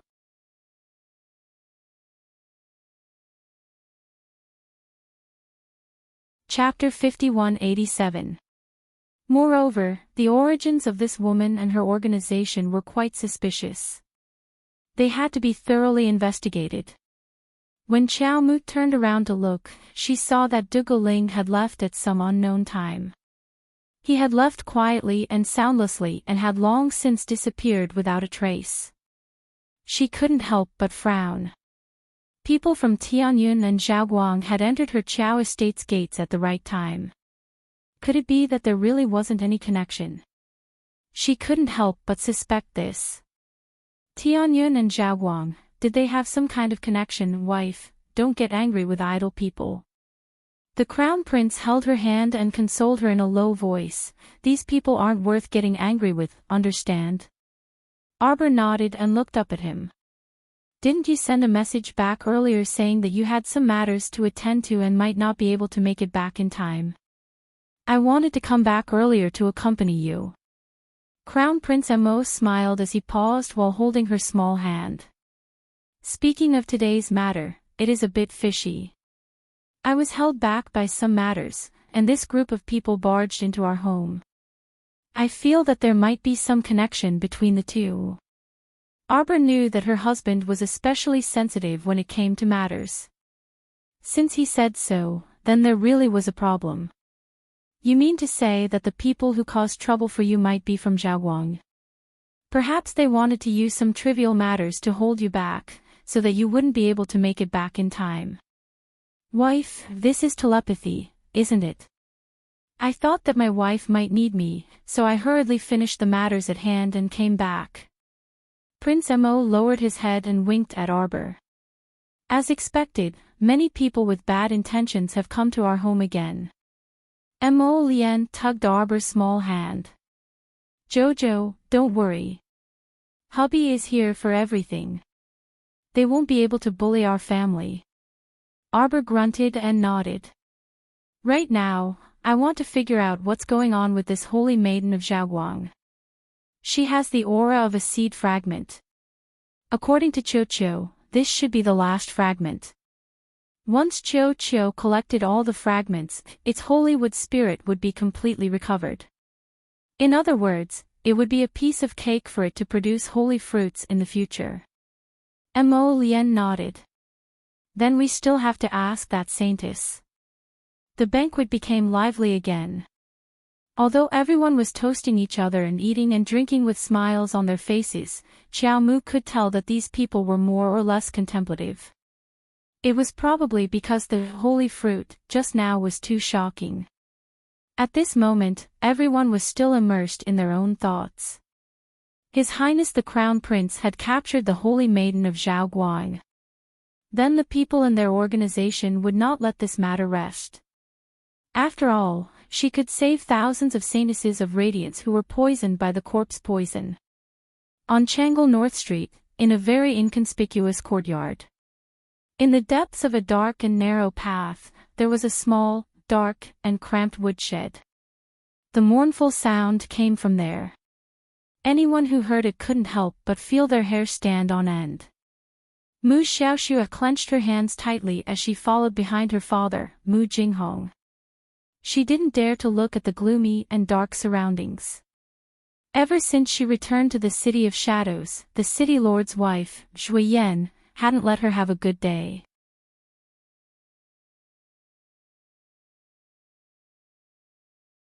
Chapter 5188. Mu Xiaoxue was worried about her mother. She didn't eat or sleep well in the City of Shadows. Now that she heard that her father Mu Jinghong knew about her mother's whereabouts, she begged Mu Jinghong to bring her along. Accompanying her were her two senior brothers Zhao Yi and Gui Xuan. Although she had her senior brothers to take care of her in the City of Shadows, these men weren't of much use. In front of the city lord's wife, Zhui Yan, they could only be obedient. They weren't Zhui Yan's match at all. Speaking of Zhui Yan, Mu Xiaoxue was really angry. She relied on her status as the city lord's wife and was in charge of the City of Shadows to bully her from time to time. Not only did she embezzle her food and clothing expenses, she even took some cultivation resources. Thinking of this, Mu Xiaoxue couldn't help but grit her teeth. Immediately, the image of the city lord's wife's vicious expression and her arrogant voice appeared in front of her. Since Miss Xiaoxue is a cripple, it means that there is no use in giving her these cultivation resources. It's better to give her cultivation resources to the other disciples with good aptitudes. So what if she was a normal person and a cripple? A cripple couldn't have her own cultivation resources and couldn't try to awaken her meridians. Yes, her age didn't meet the criteria for awakening her meridians, but there was still an inextinguishable flame hidden in her heart. She wanted to embark on the path of cultivation. She also hoped that she could be like Mu Fei Xia. Even if her cultivation was average, she would at least be a low-level spirit master with an inner world. That would be enough, all right. As long as she could become a low-level spirit master, even if it was only level 1, as long as she could comprehend any of the 5 spirit energies between heaven and earth, even if it was only the 4th or 5th level of water spirit or wood spirit, it would still be much better than nothing. She really didn't have high expectations for herself. She really didn't have high expectations. However, even so, the heavens weren't willing to give her such a small hope. Every time the city lord's wife said the word cripple, it was like holding a sharp dagger and firmly stabbing into her heart. Her heart was already riddled with holes and there was no way to reverse it. Creak. As the door of the woodshed was pushed open by Mu Jinghong with one hand, a terrifying and stifled cry of pain came from inside. That cry was like the roar of a suppressed beast. When it fell into Mu Xiaoshua's ears, she couldn't help but take 2 steps back, her hair standing on end. Shua-er. Gu Yishuan's eyes were sharp and his hands were quick. He hurriedly supported his beloved junior sister and looked at her tenderly. Junior sister, watch your step. Zhao Yi frowned and brushed Gu Yishuan's hand away. He then took Mu Xiaoshua's hand and helped her walk inside. He reminded her in a low voice, Junior sister, this place is dark and damp. Be careful not to step on nails. Looking at Zhao Yi's attitude, Gu Yishuan could not help but feel a knot in his heart. It was true that he had only joined the City of Shadows not long ago, but his sincerity toward his junior sister was no less than anyone else's.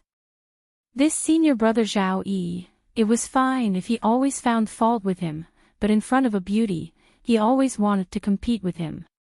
It was simply hateful. Zhao Yi supported Mu Xiaoxue and stepped into the cramped and dark woodshed. He glanced at the person behind him and deliberately stretched out his leg to kick Gu Yishuan.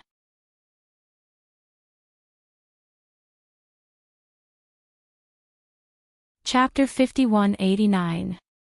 This kick caused Gu Yishuan to stumble slightly, delaying the two by half a step. Gu Yishuan was so angry that smoke came out of his head. He could only watch helplessly as Zhao Yi led his junior sister into the woodshed. A trace of resentment emerged in his heart.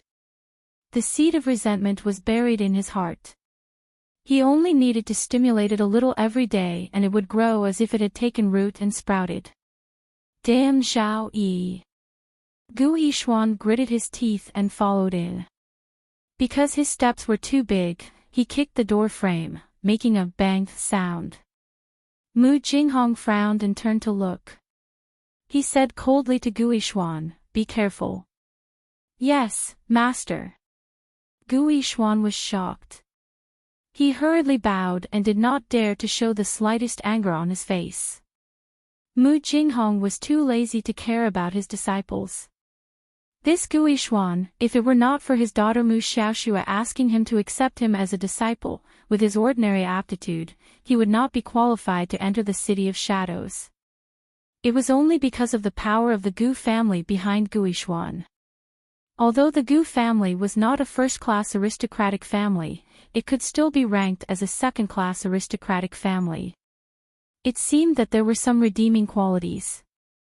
Mu Jinghong's footsteps suddenly stopped. From his angle, he could see a thin and shriveled figure curled up in the corner. His whole body was pressed against the firewood like a thin piece of paper. He looked like he had experienced the vicissitudes of life and had a pitiful look.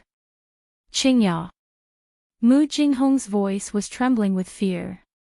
He did not expect that in just a short period of time, Qingya would be tortured to such an extent that she did not look human. These people were really abominable. Mu Jinghong's eyes were wide open as he walked forward quickly. Mu Qingya, who was curled up beside the pile of firewood, could not help but twitch slightly. Her whole body shrank behind the pile of firewood.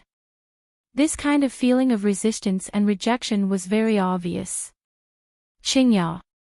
Mu Jinghong did not care about how dirty she was. He strode forward and pulled this weak woman into his arms. At this time, he saw Mu Qingya's bony face clearly. Mu Jinghong's heart was filled with grief and indignation. He could not help but cry. Qingya, how have they treated you during this period of time? How could a dignified and elegant woman be tortured to such a state? She had fallen into Arbor's hands. That evil woman from Arbor had actually sent people to make his Qingya look like this. Mother, mother. Mu Xiaoxue was also scared out of her wits by her mother's current appearance. She screamed twice and knelt down in front of her mother. Mu Qingya's dim eyes suddenly lit up. She reached out her bony hand and groped in front of her as if she wanted to grab Mu Xiaoxue's hand. However, when Mu Xiaoxue saw her mother's dark, bone-like claws, she hesitated and subconsciously shrank back. Although her movements were very fast, Mu Qingya could still see her daughter's movements clearly even though her vision was blurry. Her retraction of her hand was like a heavy punch to Mu Qingya's heart. Mu Qingya's heart twitched. The sound that came out of her mouth was as if she had been run over by a wheel. She called out Xiaoxue in a deep voice and raised her trembling hand again.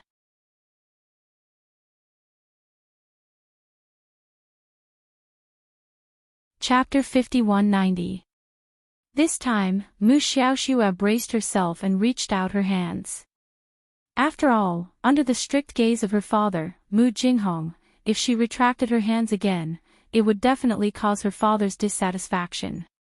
Right now, in the entire City of Shadows, the only person who could protect her was her father. Naturally, she wouldn't provoke her father's anger over such a small matter.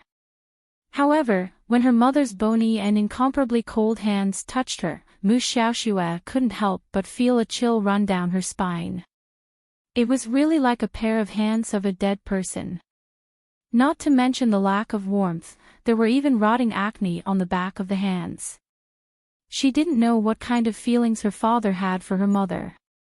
He was actually able to carry a person who looked like a skeleton and was covered in rotting sores. No wonder the city lord's wife, Zhui Yan, hated her mother so much. Compared to the city lord's wife, it was obvious that her father's love for her mother, Mu Qingya, was unquestionable. Mu Xiaoxue took a deep breath and used almost all of her strength to hold Mu Qingya's bony hands. With this touch, she felt that her mother was missing two pinky fingers. She was so shocked that she almost let go. Mu Qingya said intermittently, Xiao Shui. Mu Jinghong hurriedly hugged her and said in a deep voice, I'm here, Qingya. Don't worry, your illness will definitely get better. I will send the best people to treat you. However, before I reach an agreement with the second young master, I will have to trouble you to stay here for a few more days. Mu Qingya spent a lot of effort before slowly nodding her head. I know. However, she knew her own body better than anyone else. This body was about to collapse. After experiencing so many medicinal trials, she was already lucky to be able to hold on until today. However, she didn't know how long she could hold on. She knew in her heart that once her body completely collapsed, she might turn into a pile of meat paste or something even uglier. She didn't want to frighten her daughter, Xiaoxue. Her Xiaoxue was so perfect. She was like her in every aspect. This girl has a brighter future. She can't stay in a place like Tianyun. She can't. Mu Qingya grabbed Mu Jinghong's hand tightly and said word by word with great difficulty, I want you to promise me one thing. It doesn't matter if I die, but our daughter, she can't join the heavenly fate, Mu Qingya said in a low voice. I want her to break away from the heavenly fate, break away. Qingya, don't get agitated. Mu Jinghong hurriedly said to Mu Qingya, Qingya, why would you say that? When did Xiaoxue join the Heavenly Fate Academy? Mu Qingya held Mu Xiaoxue's hand. She looked a little nervous.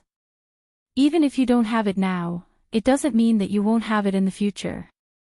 I'm already, almost, about to die. They have no humanity. Xiaoxue is my daughter. She meets the conditions in all aspects. They will demand Jinghong, for the sake of our many years of husband-wife relationship, you must help Xiaoxue, help her, break away. Mu Xiaoxue was silent. Her face was as heavy as water.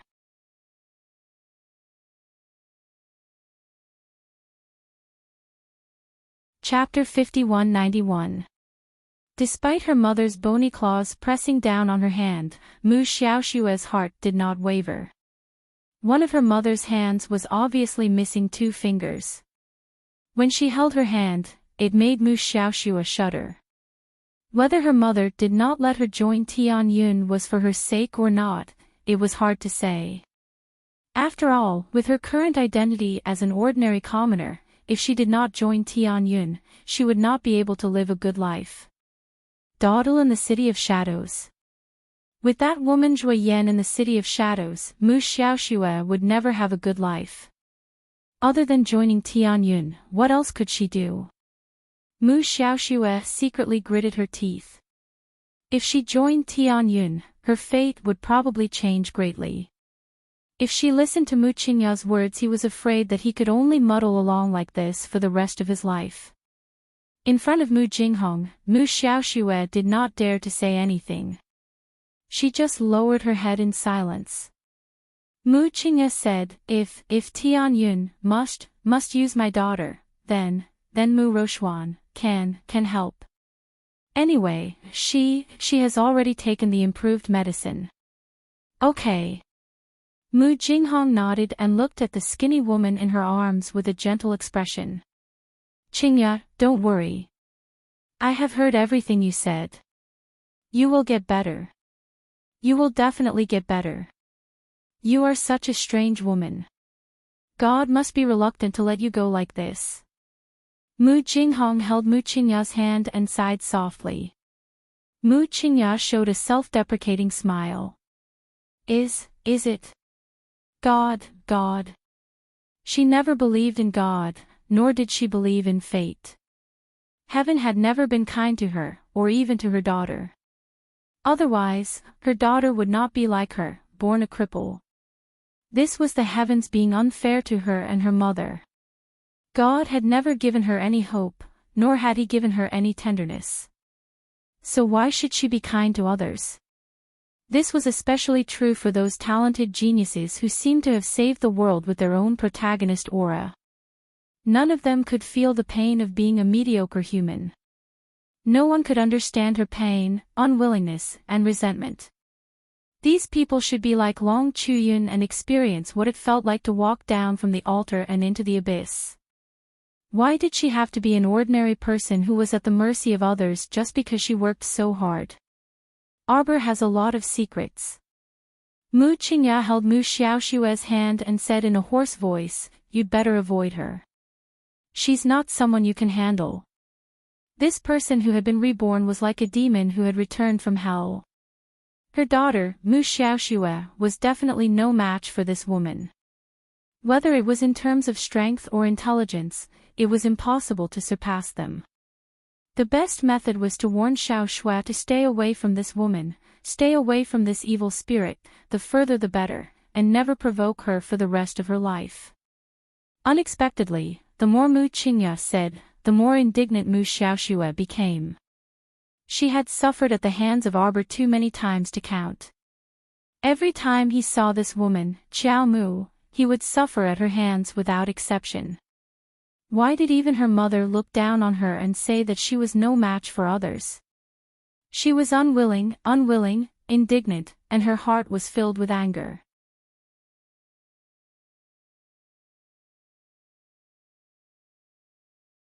Chapter 5192.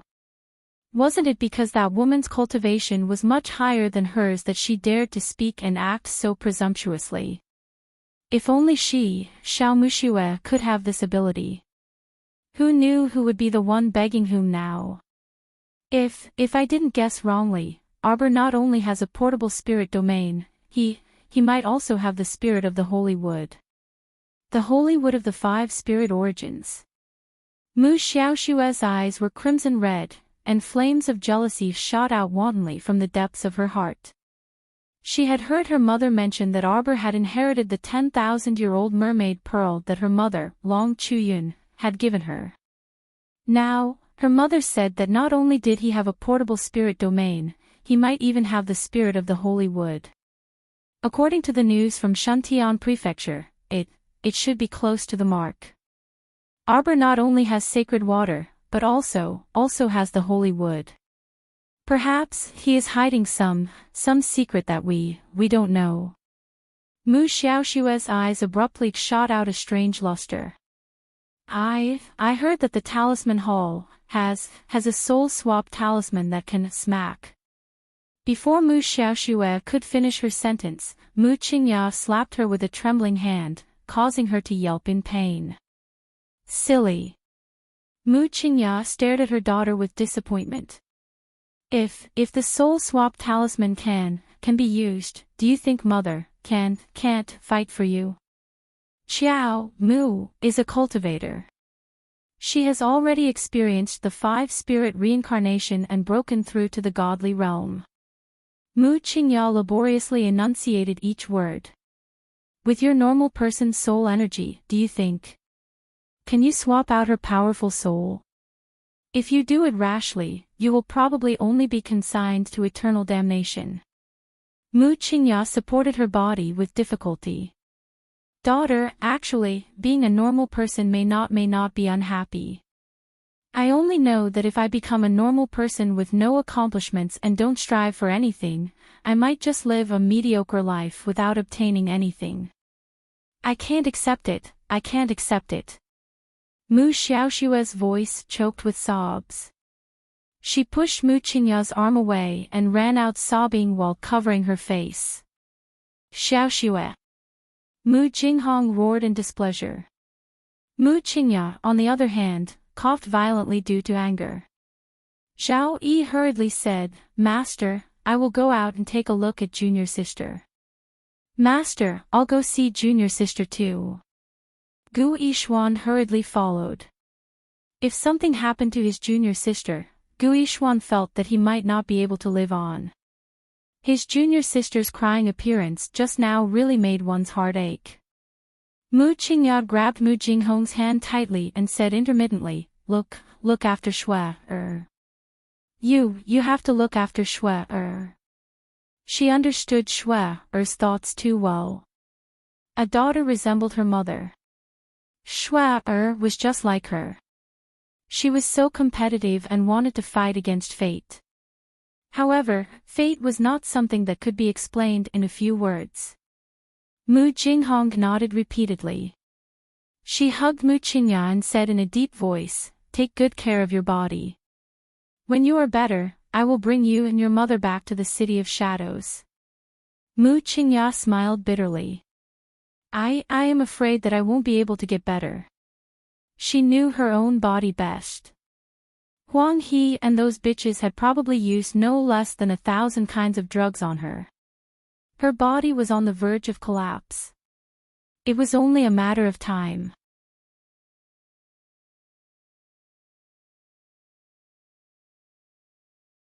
Chapter 5193. I won't. Mu Jinghong hurriedly shook his head. Since Patriarch Qin is willing to send so many people to save you, it means that he won't let you die so easily. Family head Qin will definitely send people to settle you down and save you. You can relax, you must relax, okay? Qingya, we still have a lot of good days to live in the future. Don't worry, as long as you get better, I'll deal with that bitch Shui Yan and let you follow me back to the City of Shadows. I'll let you be the City Lord's wife. Mu Qingya's lips curled into a smile. If you're serious about treating me well, then you must take good care of Shui. I'm afraid something will happen to my daughter. Don't worry, I will. I will definitely protect our daughter and won't let anyone bully her. Mu Qingya nodded tiredly. Mu Jinghong's hand suddenly grasped Mu Qingya's hands tightly. When he touched her 2 broken fingers, a trace of anger flashed through his eyes. Qingya, don't worry, I will talk to second young master again. I will definitely ask them to let you go as soon as possible. Mu Qingya only smiled faintly and didn't say anything. She knew very well in her heart. Mu Jinghong couldn't say anything in front of second young master. Second young master was willing to give him some face and let him bring his daughter to visit her. This was already considered generous. As for men's vows and sweet words, it was fine to just listen to them. She, Mu Qingya, had lived a miserable life and was not tolerated by the heavens. She didn't want her daughter to walk down her old path. It was too hard and not worth it. She shouldn't let her good years go to waste.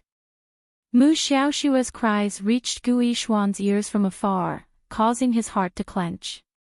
He couldn't bear it. He walked over quickly, and from afar, he saw Zhao Yi, that grandson, hugging his beloved junior sister, whispering something under a cluster of flowering trees. Gu Yishuan's expression became very ugly on the spot and a trace of anger surged from the bottom of his heart. Just as he was about to take a few steps forward and pull Zhao Yi away, he heard Zhao Yi whisper to Xiao Shui, "Junior sister, don't be so unhappy. Hall Master Mu is also thinking for you. That soul exchange talisman might really hurt you. Then what do you think we should do?" Mu Xiaoxue said indignantly. "My mother can't even save herself. I'm just a weak woman. How am I supposed to protect myself in the future?" Zhao Yi immediately patted his chest and said, "Don't worry, junior sister, I will definitely protect you." Mu Xiaoxue sneered in her heart. However, Gu Yishuan interrupted first. "With your cultivation, you can't even defeat one of Qiao Mu's fingers. What are you going to use to protect Xiao Shui? What did you say?" Zhao Yi jumped up in agitation as if he had been stung by a bee's tail. Gu Yishuan snorted coldly. "If you really care about junior sister, then you should come up with a better idea for her." "What do you mean? Junior sister?" Gu Yishuan approached the two with a gloomy face. "Think about it. Do you really want to exchange your soul into that evil woman's body? If you want to take over her body, then you have to give birth to her child. Not only that, you have to face her paralyzed face all day long. Are you willing to do that?" Mu Xiaoxue had a look of realization and shook her head. "I don't want to give birth to her child. I don't want to." She wasn't willing to bear that kind of pain.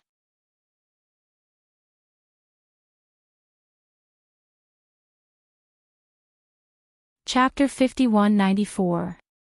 On what basis? On what basis should she, a pure and noble young lady, help that slut bear a child? Bah, don't even think about it. Moreover, she, Mu Xiaoxue, was a prideful person. The man she wanted had to be the best in the world, the perfect and flawless. How could she take over someone else's husband? She didn't want that. Moreover, that man's heart was filled with other women.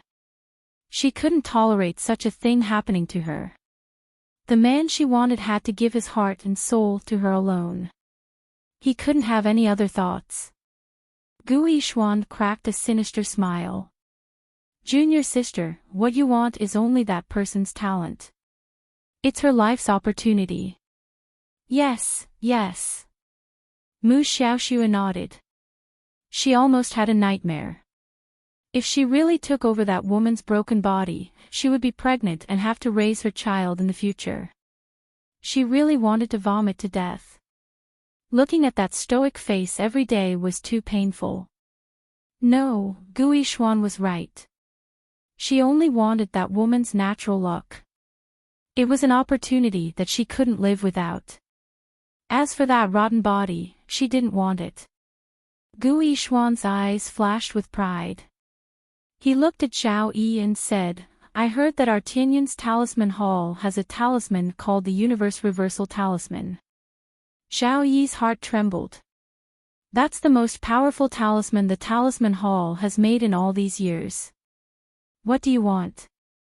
What, is eldest senior brother's deep love for junior sister all an act? You don't even dare to steal a mere universe reversal talisman.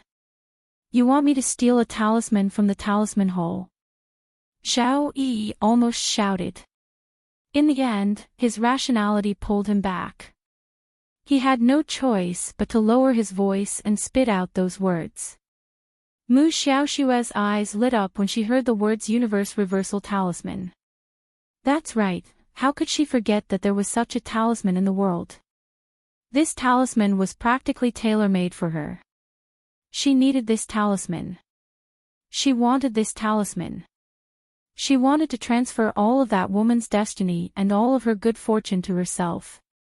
She, Mu Xiao Shui, was destined to take everything from that woman, including her cultivation, her portable spiritual domain, the holy wood, the holy water, everything.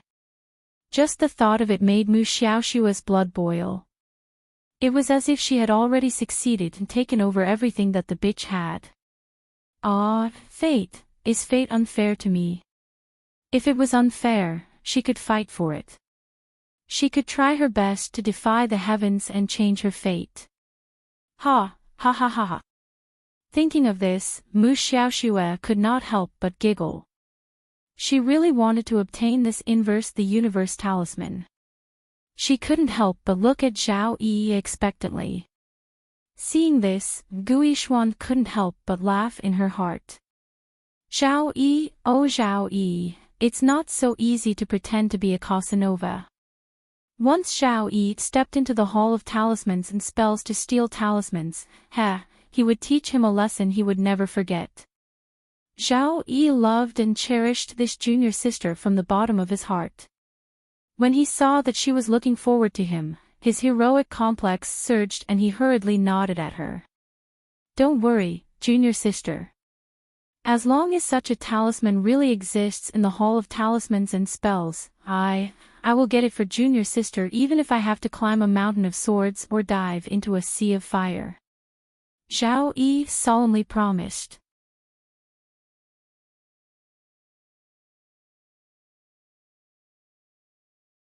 Chapter 5195. Senior Brother. Mu Xiaoxue was overjoyed.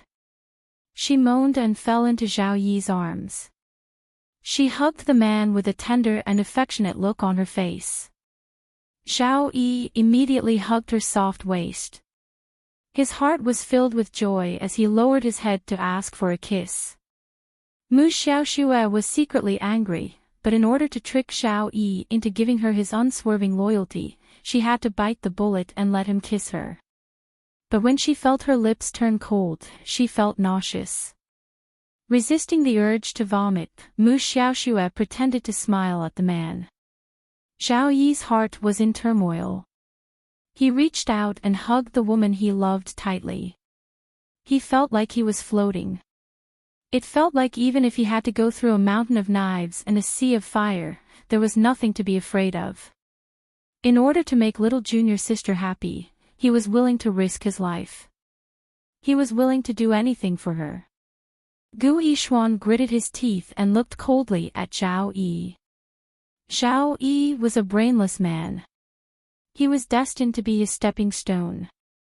Even he, who had joined the organization halfway, knew about the Talisman Hole. It was the most mysterious place in the entire sect. But in order to trick Zhao Yi, Gu Yishuan spared no effort. I heard that Master Luo from the Talisman Hall has been by young Master's side recently. As the Deputy Hall Master of the Talisman Hall, he should have such an important talisman with him. Zhao Yi was not a complete fool. He was not completely blinded by beauty. Hearing Gu Yishuan's words, he turned around with his junior sister in his arms. He stared at Gu Yishuan and sneered. Is there such a coincidence? Gu Yishuan shrugged and smiled pretentiously. Coincidence or not, we will only know when we see it. What do you mean? What I mean is Master Luo is an important member of the Hall of Heavenly Fortune Talisman Hole. Even if he does not have the inverse the universe talisman with him, he should at least know who has it now. Zhao Yi's eyebrows were completely tied into a dead knot. Was Gu Yishuan tricking him? If he were to ask Master Luo such a sensitive question, then, Senior Brother Zhao, am I making things too difficult for you? Mu Xiaoxue, who was buried in his arms, raised her head and asked gently. Zhao Yi hurriedly hugged her tightly and said with a smile, no problem, I'll leave this matter to Senior Brother. For the beauty in his arms, what was so difficult about climbing a mountain of swords or plunging into a sea of fire? Zhao Yi was hot-headed and immediately agreed. It was worth it to fight for his junior sister. Greetings, second young master. Mu Jinghong was led to the back garden. Mu Jinghong glanced at the man who was standing in front of the stone table, leaning slightly to practice calligraphy with his back facing her. Mu Jinghong forced a smile and bowed to the Omega Kotoku. Second young master was dressed in a purple robe. He stood tall and straight in front of them. Oh, you came at the right time. It's City Lord Mu. A laugh came from the courtyard entrance. Mu Jinghong turned around and hurriedly bowed again. Mu Jinghong greets eldest young master. Eldest young master Qin waved a small gold fan and smiled. City Lord Mu need not be so courteous. We are all family. Have a seat. Mu Jinghong cupped his hands in greeting and respectfully sat down on a stone stool in front of the two. He got straight to the point. Young master, when can this subordinate bring Hall Master Mu back to soaring heaven?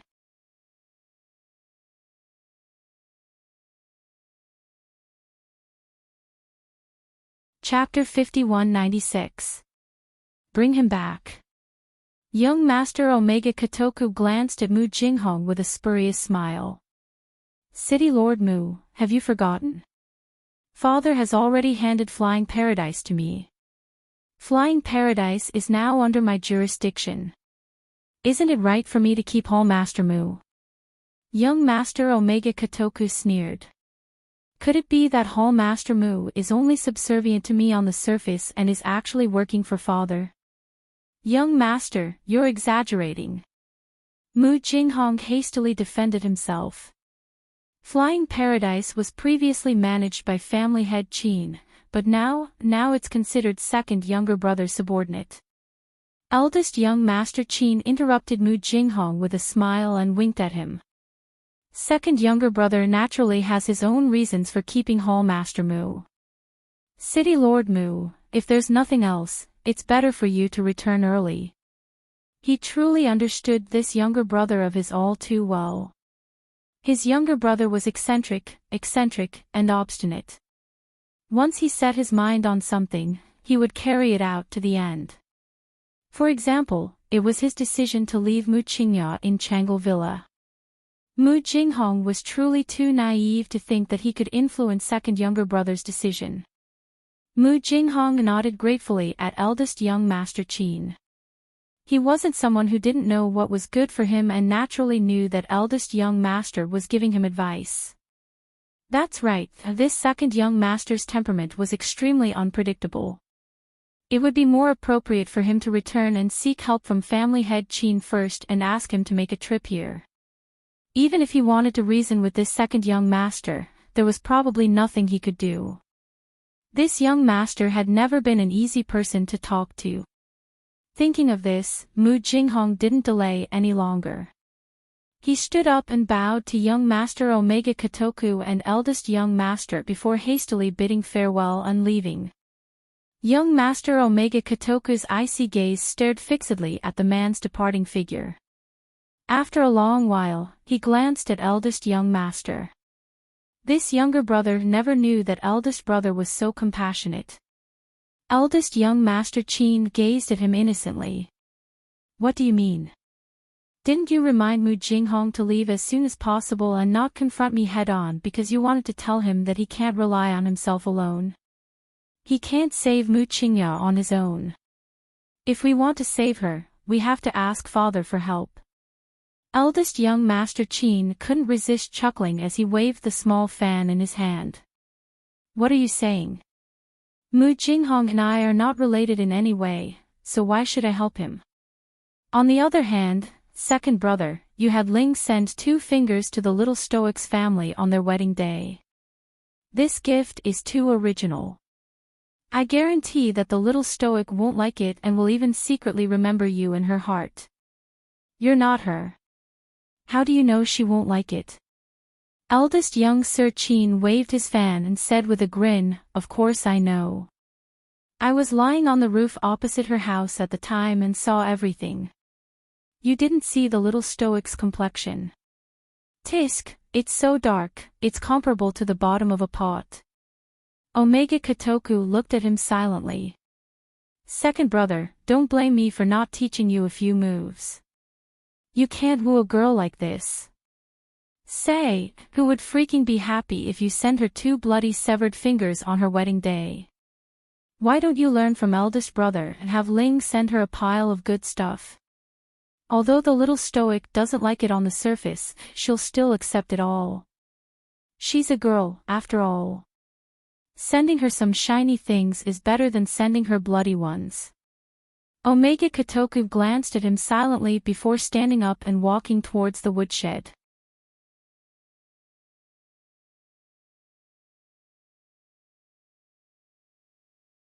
Chapter 5197.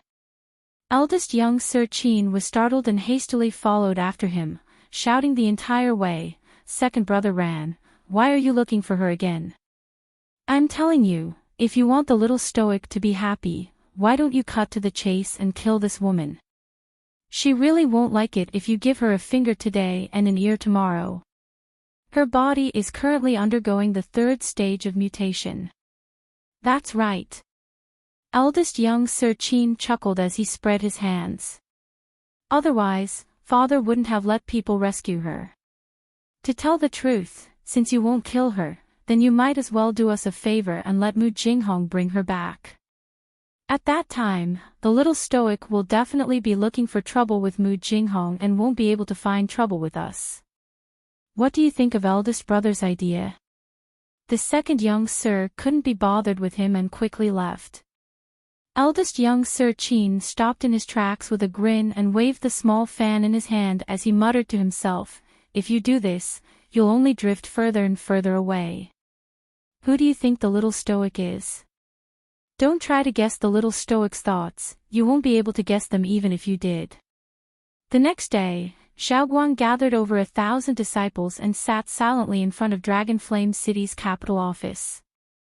They didn't do anything out of line and only sat there silently protesting the Crown Prince's order to capture their holy lady. This incident attracted countless commoners from all over the streets to watch. Everyone who passed by the capital office couldn't resist stopping to take a look at Zhao Guang's meditating disciples. Everyone wanted to know how the capital office would deal with them.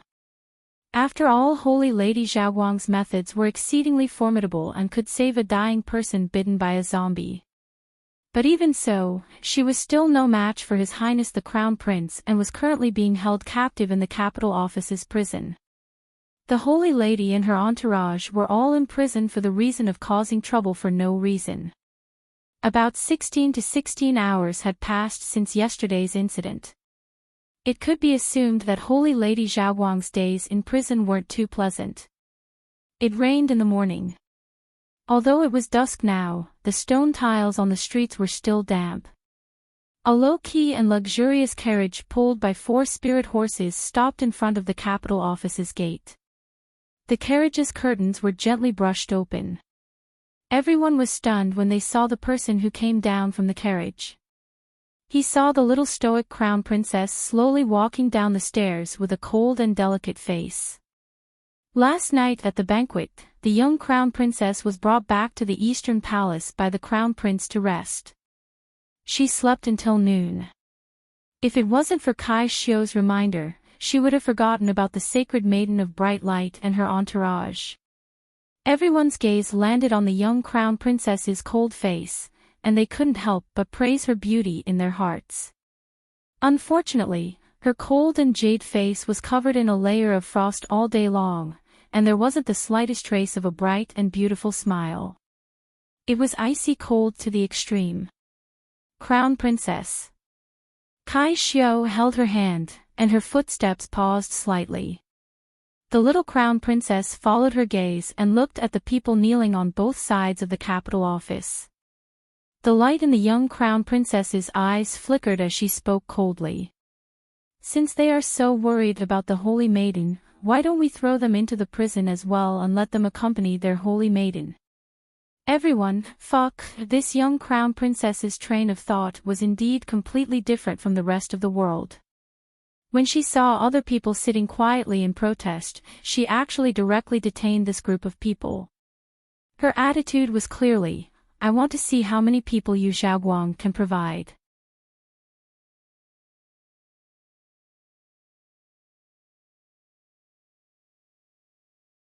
Chapter 5198. No matter how many people came, they would be detained without mercy. After all, the little crown princess was not an ordinary person, and she would not indulge them. Zhao Guang and the other disciples who were sitting still and not doing anything were all stunned at this moment. They looked in the direction of the crown princess in a daze, almost thinking that they had heard wrongly. Record all of these people in the book. Record their cultivation level and spiritual energy. Record them clearly. As Qiao Mu spoke faintly, she walked towards the capital governor's office and coldly tossed out, have them go to Chess Mountain Spirit Mine to mine or another day. Since they're all so free, give them something to do. Yes. The secret guards beside the young crown prince consort all hung their heads, forcibly suppressing their smiles. Tell me, are these people from the Zhao Guang sect stupid? How could they casually provoke the little crown princess's patience when they came? Wouldn't they be in trouble immediately? The male and female disciples of the Zhao Guang sect who were sitting quietly were also dumbfounded. They were about to stand up and protest when the little crown princess said coldly, if there's any resistance, kill them without mercy. Following her words, hundreds of figures scuttled out from all directions with a whoosh. They were on guard, and the defense was tight. They stared coldly at the restless Zhao Guang disciples. Everyone, Arbor had already suppressed a bellyful of anger at the little tiger's 100th day banquet yesterday. If they still wanted to provoke her today, she would make sure that they would not be able to bear the consequences. Reporting to the crown princess. A slightly older Zhao Guang disciple stood up and bowed to Arbor. We're not here to go against the imperial court, nor to make things difficult for the crown princess. Just based on you want to make things difficult for this crown princess. Arbor bluntly rebuked him. What a joke. That person was instantly choked speechless. That's true, who could make things difficult for the crown princess? Yesterday, it was this crown princess who did not want to spill blood at the 100th day banquet. Today, I don't have so many scruples.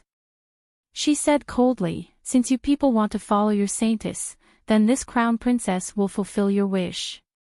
It's not the crown princess, it's not. The senior disciple wanted to say something, but the young crown princess waved her hand impatiently. If you don't believe me, you can try resisting.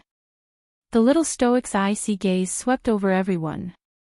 Let's see if this crown princess can do anything to you.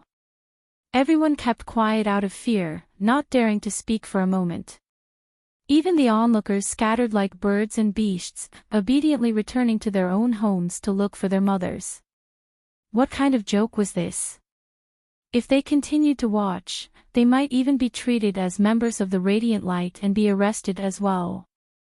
Not everyone's drama was worth watching. At least, in their impression, the crown princess drama wasn't very interesting. Take him away. Serene Bai raised his hand, and a group of hidden guards immediately rushed forward to arrest all the Radiant Light disciples and detain them in the capital magistrate's office. When the capital magistrate, Chao Jiedo, rushed out upon hearing the commotion, he could only look at the young crown princess with a bitter expression. He deliberated again and again before still rubbing his hands and saying pitifully, "Please forgive me, crown princess. This many people, our capital magistrate's prison really can't hold all of them. How about we transfer them to the Ministry of Justice's prison?" He tried to discuss this with the young crown princess. Chao Jiedo's old face was bitter.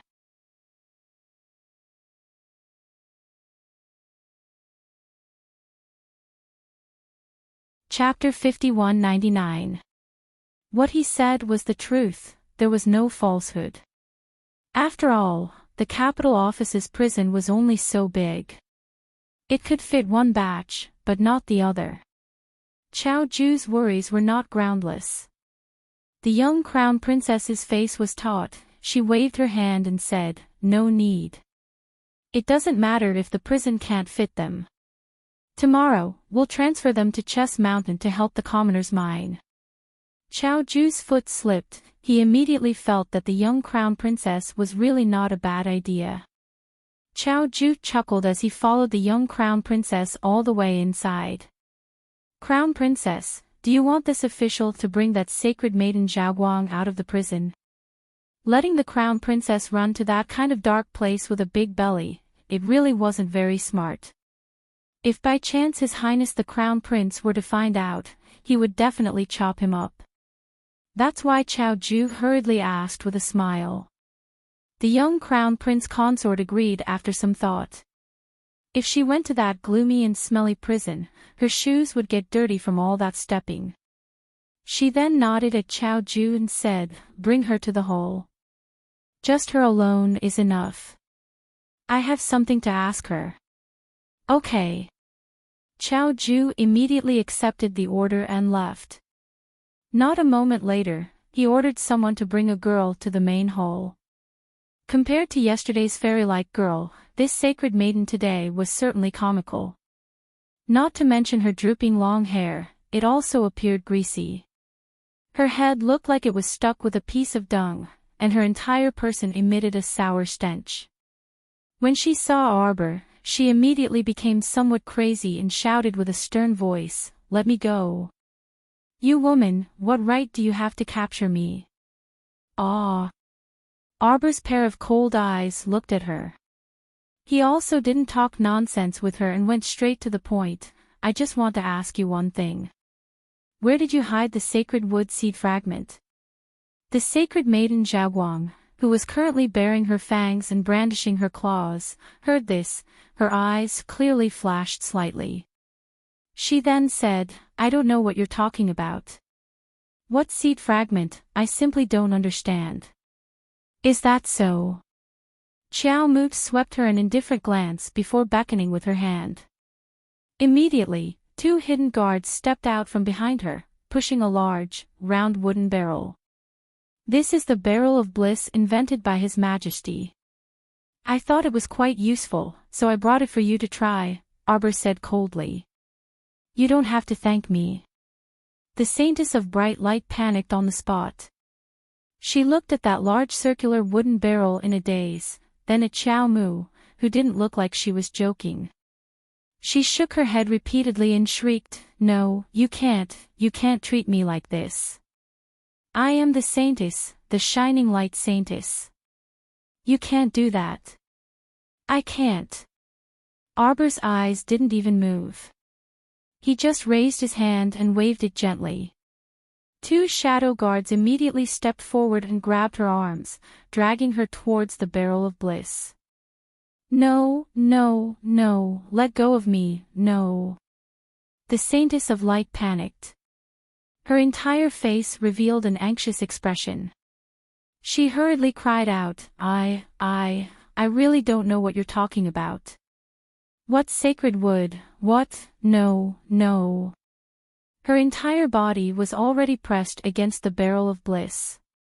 Her pupils contracted as she stared at the hundreds and thousands of little snakes and insects in the barrel. She was so frightened that snot and tears flowed down her face. She saw a little snake suddenly raise its triangular head from the barrel and spit out a black snake tongue at her. The Saintess of Light's limbs froze. Her body went limp and collapsed.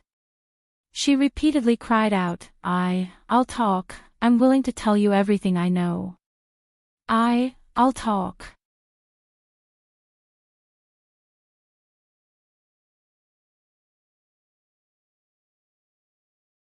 Chapter 5200. Xiao Mu hummed in acknowledgement before saying with a nod, I know that a curse has been cast on your divine conscious, so there's a defensive barrier outside your conscious. Whenever you're threatened by an external force, being searched, or being suppressed by a dictum talisman, you'll automatically choose to explode your soul. Arbor looked at her calmly. This technique reminds me of Shinto Jing. Shinto Jing once said that the barrier in her conscious was set up by Grand State Preceptor Li La. Now I have reason to suspect that this Li La is related to your radiant light. Or let me put it this way, does your radiant light belong to Tian Yun? No, no, no. How can our radiant light belong to Tian Yun? We're against Tian Yun. When we joined the organization, we swore that Tian Yun and I cannot coexist together. The radiant light saintess shook her head repeatedly and hurriedly explained. Arbor really didn't believe the person in front of her at all. She grabbed her hair and pinched her face without pity. She asked word by word, "You're called Yuan Maui." Yuan Maui was really scared. This little crown princess in front of her was like a devil that had crawled up from hell. When her 5 ice-cold fingers pinched her face, the radiant light saintess felt a chill quickly climbing up from the bottom of her heart. It was so cold that she couldn't help but shiver. She nodded with tears and snot flowing down her face. She started to regret accepting this mission to provoke this ghost crown princess. No wonder, there were so many people present at that time. Even if she exposed the close relationship between the crown princess and Tian Yun's upper echelons, no one dared to question this little crown princess. This was probably because they had long been subdued by this little crown princess's terrifying methods. Crown princess, please let me go, crown princess." The way the little crown princess smiled coldly at her was filled with endless eerie coldness. It was terrifying to look at. I'll tell you everything I know. As long as it's something Crown Princess wants to ask, I'm willing to tell you. That would be great. Arbor nodded and loosened his grip on the saintess' hair. Tell me, where did you hide the seed fragments? This was what she wanted to know the most. As for the rest, they were all trivial matters. Seed fragments, hide, no, I didn't hide them. Yuan Maui hurriedly shook his head, revealing a cautious expression. The crown princess is wise. This lowly one is definitely not lying. It's true. Although this lowly one doesn't understand what the crown princess means, this lowly one doesn't know. But from what the crown princess said, it should be, awe. Wait, listen to me, I'm done. Yuan Maui's eyes widened in fear. She hurriedly used both hands to support herself on the edge of the wooden barrel to ensure that her head wouldn't be pressed down and come into intimate contact with the thing in the barrel. Speak. Arbor didn't want to waste any more words with her and bluntly asked, "Speak clearly." Yes, it's this lowly one who doesn't dare to lie to the crown princess. Yuan Maui answered honestly. That holy fruit is, I know. This was what she was worried about. This holy fruit didn't seem to be fake, but it was an imperfect half-finished product. It seemed to have been produced by external forces. Chocho said that the last seed fragment contained the power of the wood spirit's origin, which surpassed all the previous fragments.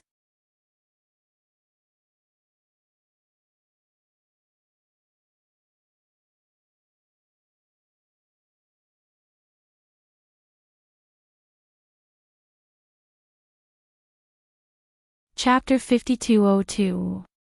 She now recalls the crown prince's pair of ice pearl-like phoenix eyes coldly staring at her yesterday.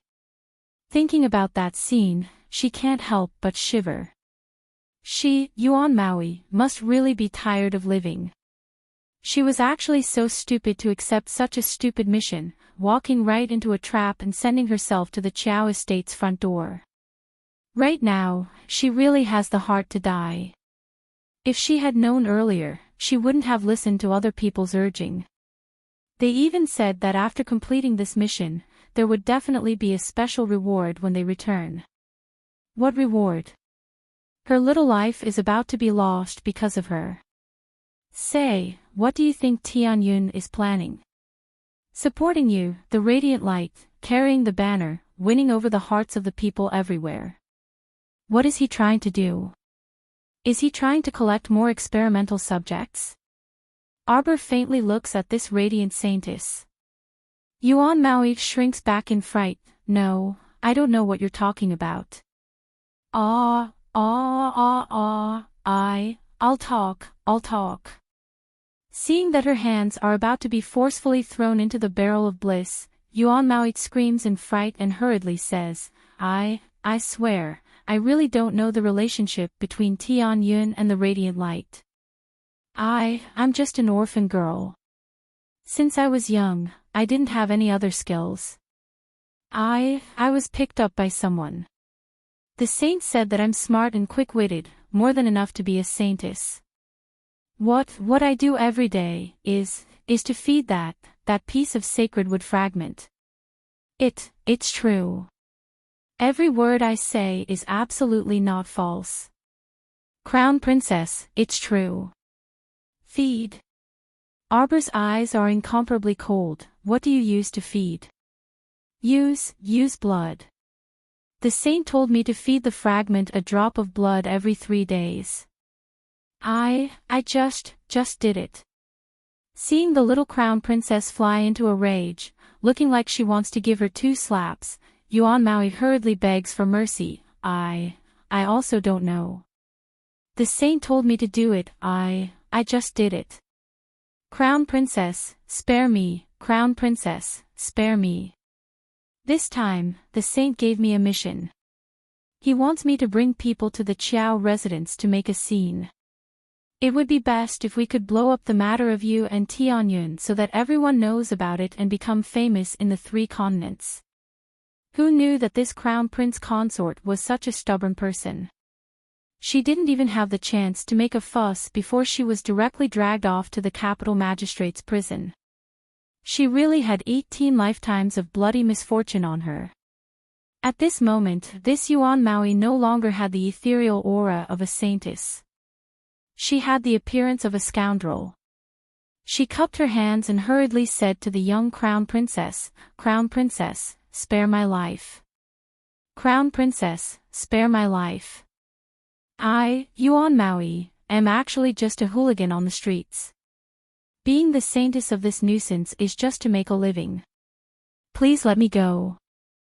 I swear, I won't dare to come to your house to cause trouble again. Even if she had 180 times the courage, she wouldn't dare to go to the Chiao estate to cause trouble again. Wasn't he just making a ruckus and almost losing his life? Arbor sized her up and looked at her thoughtfully for a while. That maid by your side. Right. You're talking about Han Su. She was sent by the saint to my side. She knows more than me. She told me to do everything. This saintess of bright light's pig brain didn't seem to be very bright. Only when the young crown princess mentioned it did she have a flash of inspiration. If there was a problem, she could let her maid, Han Su, take over. That's right, this Han Su was the one sent by the saint to only know her.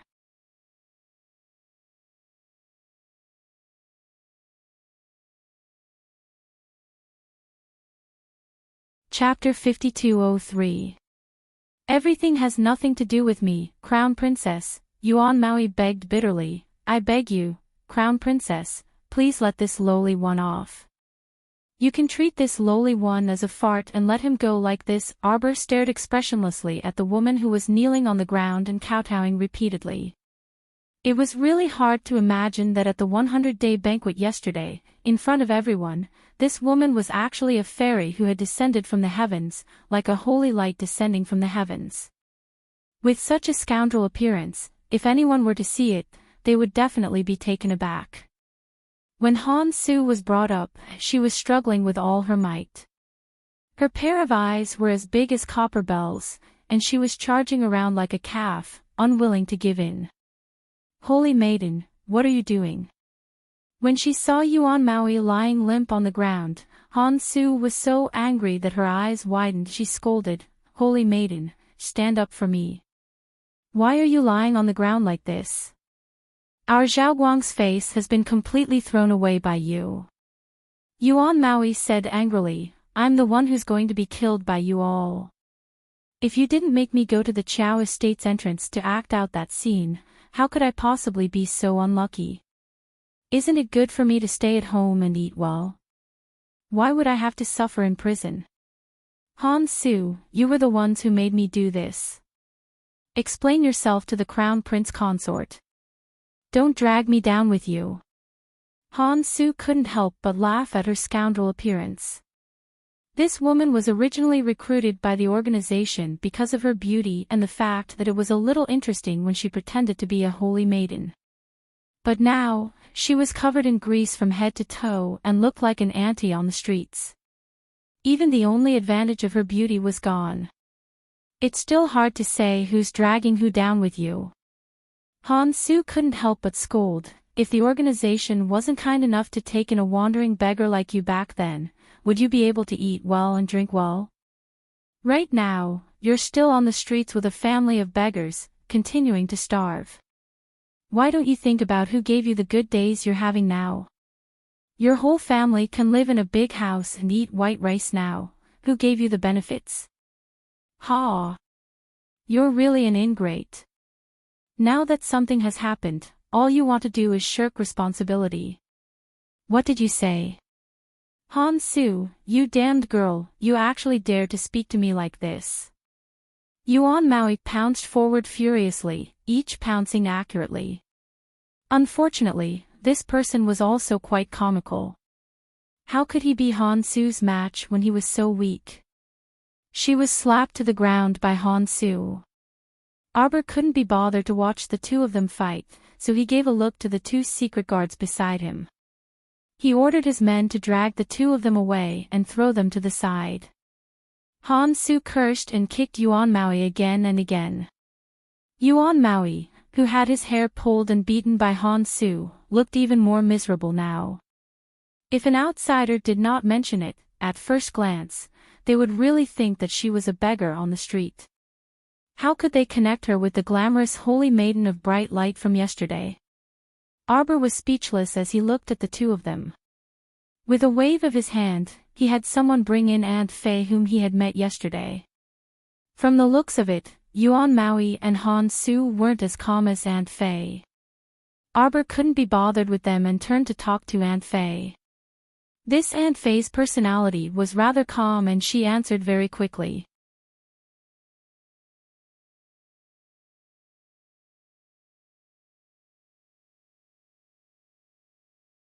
Chapter 5204. No matter what Arbor asked, she would obediently answer.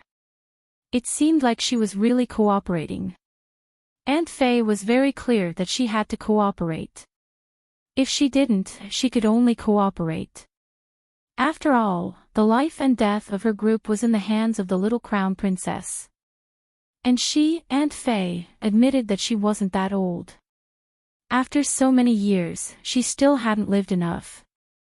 Naturally, she didn't want to die in this capital governor's residence for no reason. This servant used to be a member of the pill hole. Aunt Fei answered very honestly. It was only because I had to help cultivate the sacred wood that I was transferred to the radiant light. Arbor had already guessed that the radiant light and heavenly fortune were related. Now that he heard Aunt Fei's words, he once again confirmed his guess. Who didn't know about the flying heaven burrowing earth plucking stars concealing moon chasing sun hole? Adding in the talisman incantation hall and the pill hall, Heavenly Fortune had a complete set of pill talisman techniques. Han Su is also a member of the pill hall, Aunt Fei said. Hearing this, Han Su's face instantly darkened. Aunt Fei, are you tired of living? However, Aunt Fei only said indifferently, I've never been tired of living. Everything I do is to save my own life. Save your own life. Han Su couldn't help but sneer. Aren't you worried that you'll be punished by others if you speak too much nonsense now? I'm worried. Aunt Fei nodded. But what did I say? I only told the crown princess that I'm a member of the pill hole. She didn't clearly state where the pill hall belonged to. Han Su was so angry that she laughed. She stared coldly at Aunt Fei. The saint said that you're not of the same mind as us. Sure enough, he wasn't wrong. From the start, you never thought of working together with us. Then this old servant advises you not to be so stupid as to cause trouble at the Chow estate. Did you all listen to my advice? Aunt Fei smiled and shook her head. I already said that there wouldn't be a good ending. Also, I didn't receive any orders from above to go to the Chow estate to put on such a strange show. Han Su was furious. This was an order from the saint, an order directly given to me. What? You don't even care about saints now, do you? Aunt Fei only shook her head and said faintly, I can guarantee that even if the two of you return after completing the mission, you will be cleaned up. Do you believe me? Han Su couldn't help but shudder. Her entire body trembled. Then, she raised her eyes and glared at Aunt Fei. Don't make irresponsible remarks and threaten others. I won't be scared out of my wits just because you say a few words. Aunt Fei smiled and shook her head. Is that so? In fact, she was also very curious as to why the saint had given Han Su such an order. Just how great was the enmity between the saint and the young crown prince consort that he actually planned such a great show to ruin her reputation? Unfortunately, the little crown princess was still a powerful character. Such a small trick would not be able to make things difficult for her. In the end, the only ones who were at a disadvantage were the people from the Radiant Light Empire. The little crown princess had caught them by the tail and would never let them go again. The light was exposed. In the western suburbs of Dragon Flame City, in an inconspicuous and dilapidated temple. Looking at the man sitting at the top, who was silently turning the teacup in his hand, Gui Xuan hurriedly knelt on the ground and kowtowed several times.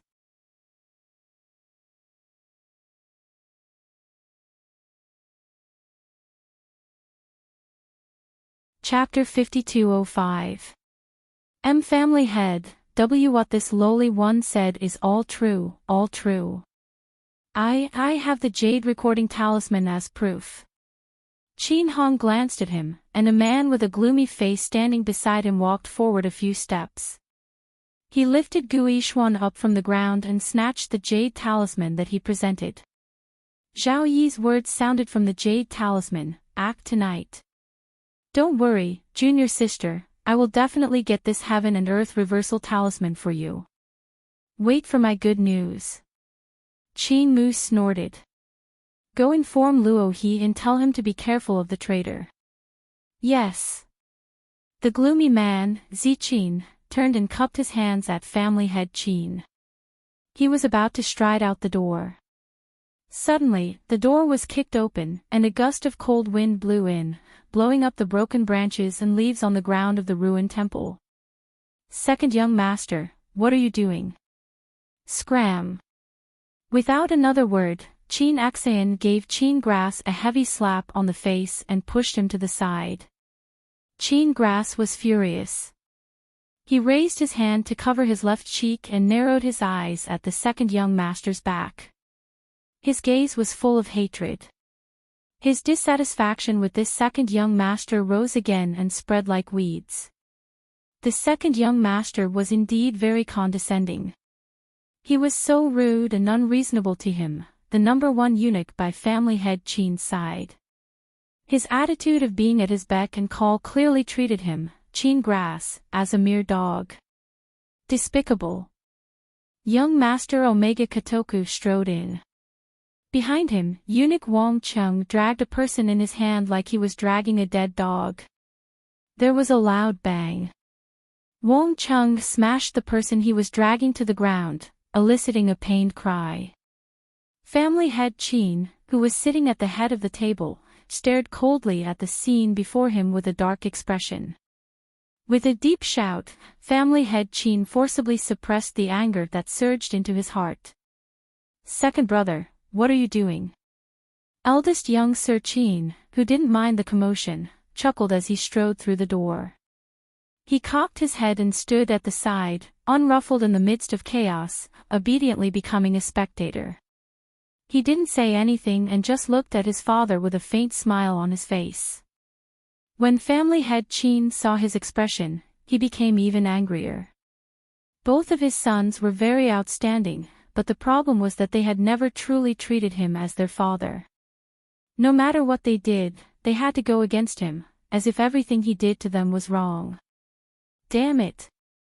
Family head Chin calmly glanced at his two sons before his gaze landed on the man lying on the ground and wailing. The man's legs were crippled, and he was now lying there half drooping, like a dying dog. "Why did you drag Patriarch Mu here?" Chin Yi asked coldly. "Oh my, is this really the Mu family, head of our dignified talisman aristocratic family? Ayayaya, long time no see, you've really changed a lot." A light laughter came from the side. Family head Chin coldly glanced over. Deputy Hall Master Tu Wei, who was originally standing at the side, couldn't help but purse her lips and shut her mouth. "It's been a while since I saw this Mu family head. He really is a capable person. Despite having two crippled legs, he can still work for his master. He really is a good dog blessed by the heavens." Tu Wei inwardly laughed and sized up Mu Jingfeng, who was half lying on the ground. Compared to his previous spirited and handsome appearance, this Mu Jingfeng was currently as shabby as an old man who picked up scraps on the streets. Oh my, this down-and-out appearance.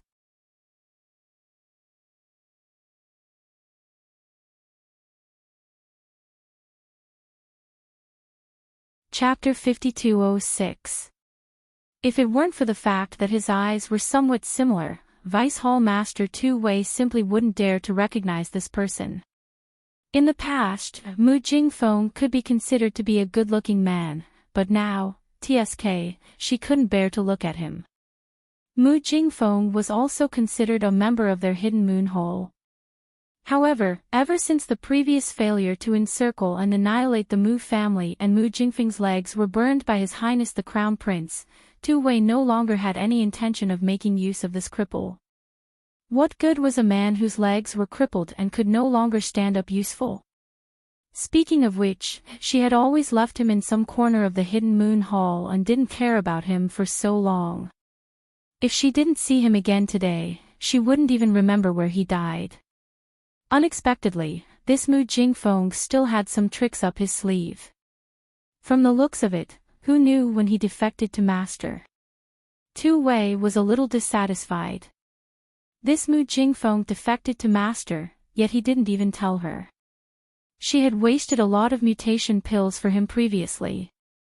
Mu Jingfeng was like a bug as he struggled to crawl on the ground, trying to roll to family head Chin's feet. However, under young Master Omega Kotoku's gaze, Mu Jingfeng stepped forward. Huang Chong took 2 steps forward and stepped on Mu Jingfeng's back, preventing him from moving forward. "Second brother, what are you doing?" Qin Hong glared at young Master Omega Kotoku in displeasure, his eyes filled with dissatisfaction. This son of his was truly becoming more and more outrageous.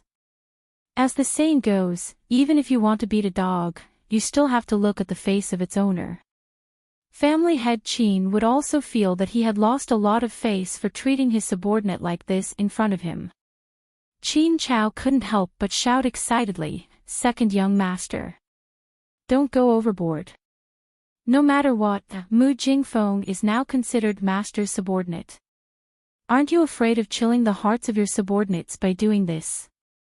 Young Master Omega Kotoku gave Qin Chao another slap across the air, directly slapping him back a few steps and heavily knocking into a Buddha statue covered in dust. Cough, cough, cough. Qin Chao clutched his chest and coughed heavily a few times. He felt that young Master Omega Kotoku's palm strike was as heavy as 1,000 caddies, as if a huge mountain was covering him. His chest was about to split open. "Tisk, why don't you just stay by the side? Why do you have to talk so much nonsense?" Eldest young master waved the fan in his hand and added with a smile. Qin Grass secretly clenched his teeth, clutching his chest that was about to shatter. He coughed heavily a few times and retreated. Family head Qin's eyes involuntarily narrowed. Filled with anger, he glared at his son and said, "What are you going to do?" "Father, I told you not to provoke her." Family head Qin was furious. "How did I offend her? Which eye of yours saw me provoking him?" On the other hand, the imperial court has been suppressing us, the Heavenly Fate Society, every day. They've even found a way to seal our entire Qin estate and moved everything from our house into the national treasury. Fortunately, he had long made arrangements. Before the Crown Prince and the young Crown Princess returned to Dragonflame City from the River of Forgetfulness, he had already ordered people to move all of the estate's valuables back to the headquarters.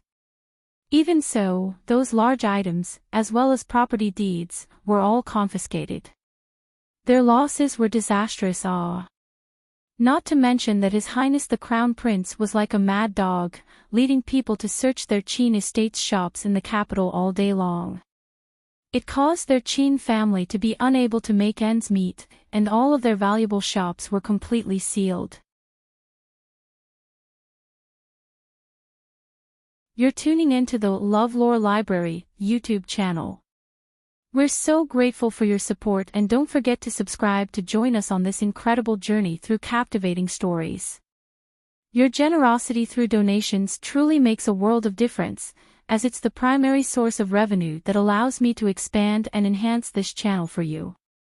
Thank you from the bottom of my heart for being a part of this adventure.